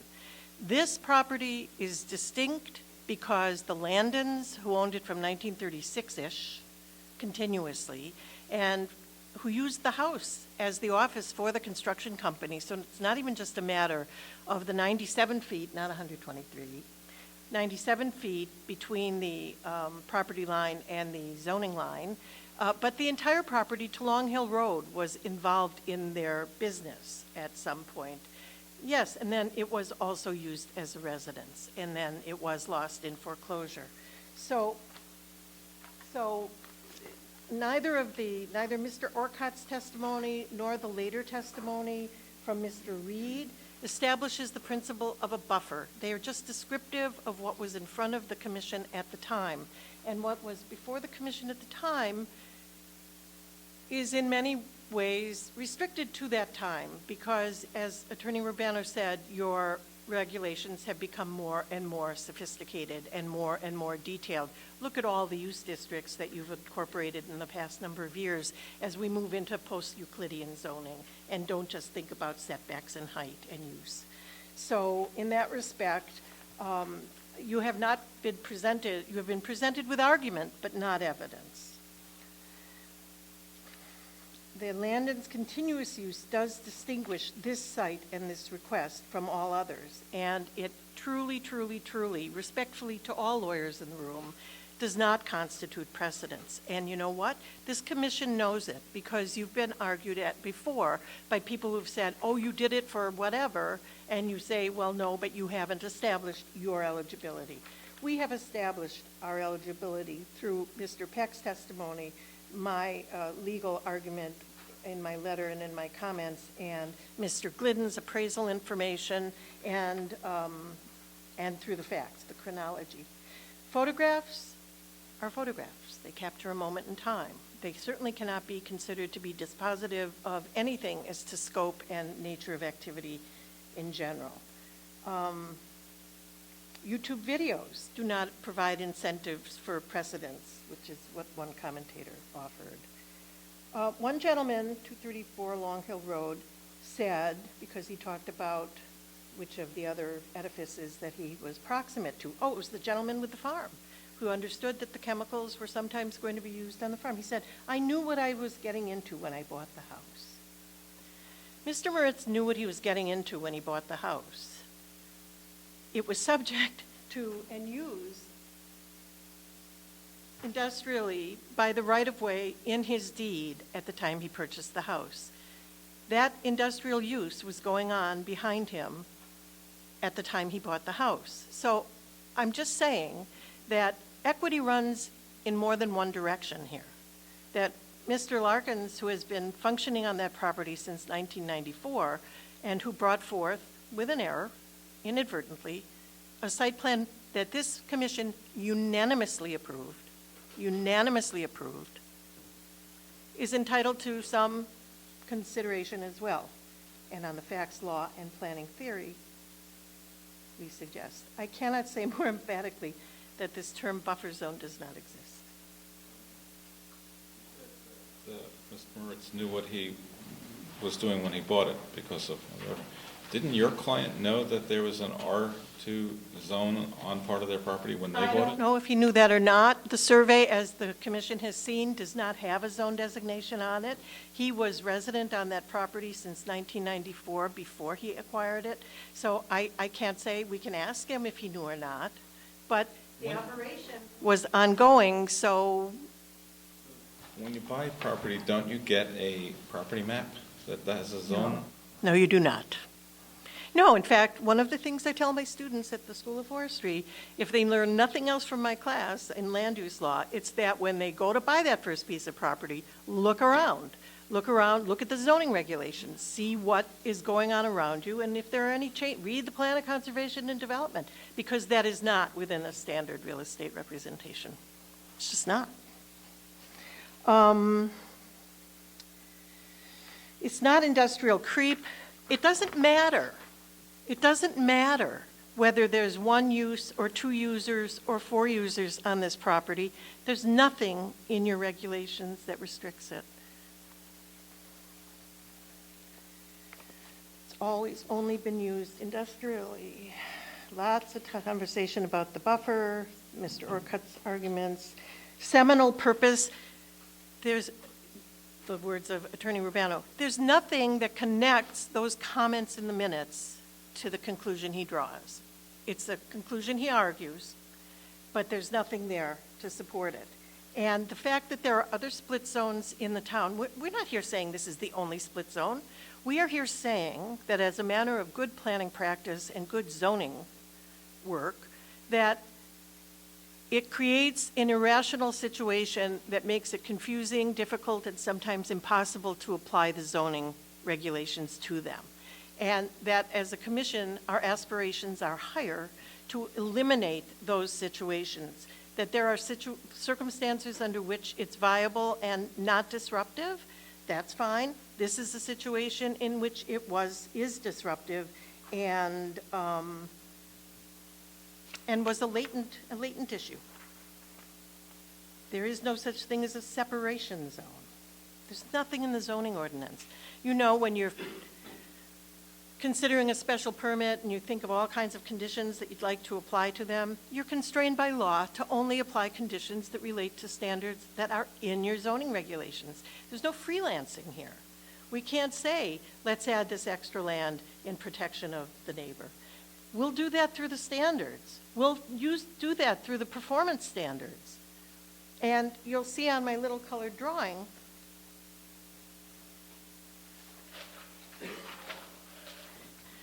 the proposed movement of the bins. There's also been an elimination of one of the bins so that the spoils are occurring down in the pit, and that's eliminating one of the noxious features. But the bins are now an appropriate distance should the zone be changed. Mr. Peck outlines consistency with the Plan of Conservation and Development in his letter. He certainly outlines consistency as well with the Economic Development Plan, which is a connection and an extension of your Plan of Conservation and Development, and it earmarks additional commercial development on this site. The fact is that safety zone and all those other users were not here in 1936 and owned continuously. Whatever is going to happen is a complete unknown. I would say, because it is a node from highway exits, I talked about this in January, the likelihood of Long Hill Road being a collector road is toward commercialization. That's unknowable in the moment, but certainly from the Economic Development Plan, it is implied. As we noticed on the procedural end, and I'm all done, on reliance of that approval, my client has committed himself to a long lease. In reliance on that approval, we have come here in good faith with open hearts after the appeal period to correct the situation, and we have provided the sound basis on which to do so. We take any and all of your questions. We still respectfully urge the approval of the petition to move the zone line. Thank you. Sure, and then Mr. Romano, if you want to make a rebuttal to the new information that's come in, I think that would be appropriate. I just wanted to clear up a couple of questions that Mr. Meyer, I'm I'm Mark Larkins, principal owner of Mac Management. I live at 1 Potter Hill Drive in Guilford. The answer to your question, Mr. Meyer, this is the map that I acquired before I bought the piece of property from Eric Anderson's, okay, that show a property line. And it shows 17 plus or minus acres. When I went to the town assessor's office, it's actually, I think it's 16.58 acres of I-2 zone. I thought I was buying a total parcel of I-2. I had no idea that an R5 zone went through my property. None whatsoever. Okay? With Mr. Bauer's questions, I started A&W Sanitation in 1985, where I took the business over since 1985. I think I started working for the Landon family in the early 90s. The big barn that you see here was storage for building materials. Before John Jr., John Sr., they are a relative of the Landon building, they would buy a whole trailer truck of like plywood and store it, or a whole trailer truckload of windows and store it in this big barn. John had his equipment in this barn, and his trucks in this barn that's used today, and the office in this barn was the mill shop. It's been that way since the early 1937, since John Landon Sr. started the business. That's what this property was. In regards to, I've heard, buffers, I always thought between an R5 and an I-2 zone that you had to be 75 feet. Well, we've gone to great lengths trying to establish. I hired John Cunningham, Tech Landscaping, to show landscaping, trees planted in that 75-foot buffer to hide what, to give him buffer zone from this. We tried numerous things. He talked about seeing the, I think you saw a picture of the thing. I said that I put a fence right along here so his daughter couldn't see it from his bedroom. I offered to move the porta toilet, which is easy. I offered to do this. I offered to plant some trees here. I offered to move some fencing. I've gone through great lengths to try to rectify where we are today.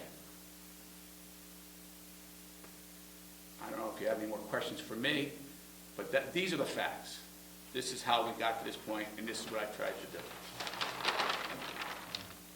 Okay, so, not to make this go on all night, I think it's typical in the way we proceed is the person that we brought in here gets to speak last. So if you're gonna go, then she's gonna go, and then you're gonna go, and she's gonna go. So I'm asking you, wrap it up, and then she gets a short rebuttal, and that's it. Is that okay? Yes. All right, thanks. Everything we did about the settlement was for settlement purposes only, and March, I don't want to pass comment on that last piece that Mark brought up in an adversarial fashion, but it's important that he should know that I asked for that information. I don't have that information. And you didn't have it at the time. I don't have it So still. Mark, what you just said into the record is not accurate. What's that? We did not get the John Cunningham landscape layout as negotiations were breaking down. I hired, in our negotiations, I hired John Cunningham to come out and give a layout of tree locations. It would have been great if we had that map, I can tell you right now. That would have made a significant difference. That's why I asked for it on Sunday night, and again on Monday. I still don't have I was at home. Okay, fair enough. The room has it, or Mark has it. All right. I mean, we tried to get this done, honestly. It's everybody's really credit. But that's a very significant point, Mr. Chairman, because we might have gotten there if we had that document, quite frankly. That's Can you completely guys? up to my client, but I don't think so. I don't think they do. So, yeah, so, Right. just to clarify that point, though, because I don't want it to be misconstrued as we were being obdurate.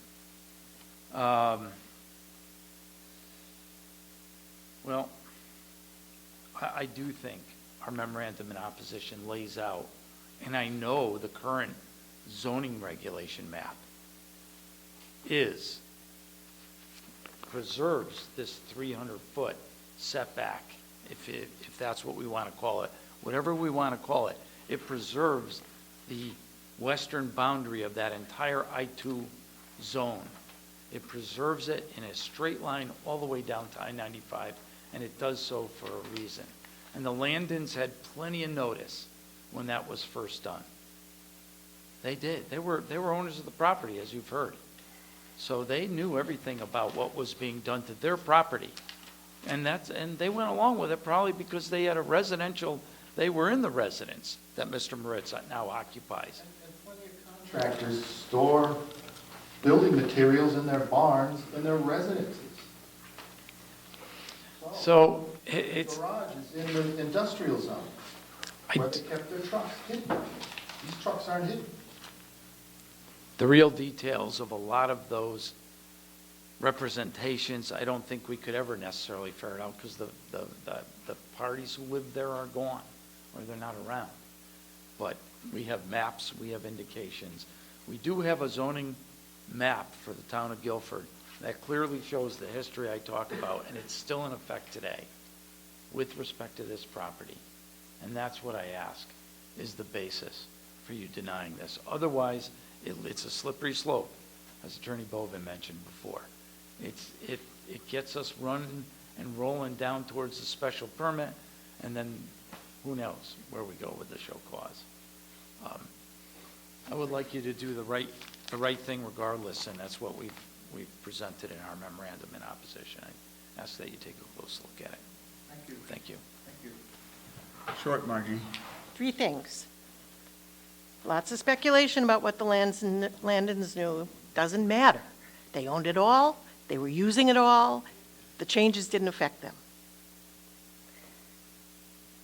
There is nothing sacrosanct about this zoning line because it is you, the commission, who have the authority on your own motion or on petition to amend your zoning regulations. You're in the process of doing that right now on the accessory unit, and to amend the zoning map. There is nothing sacrosanct about that line. That line is amendable.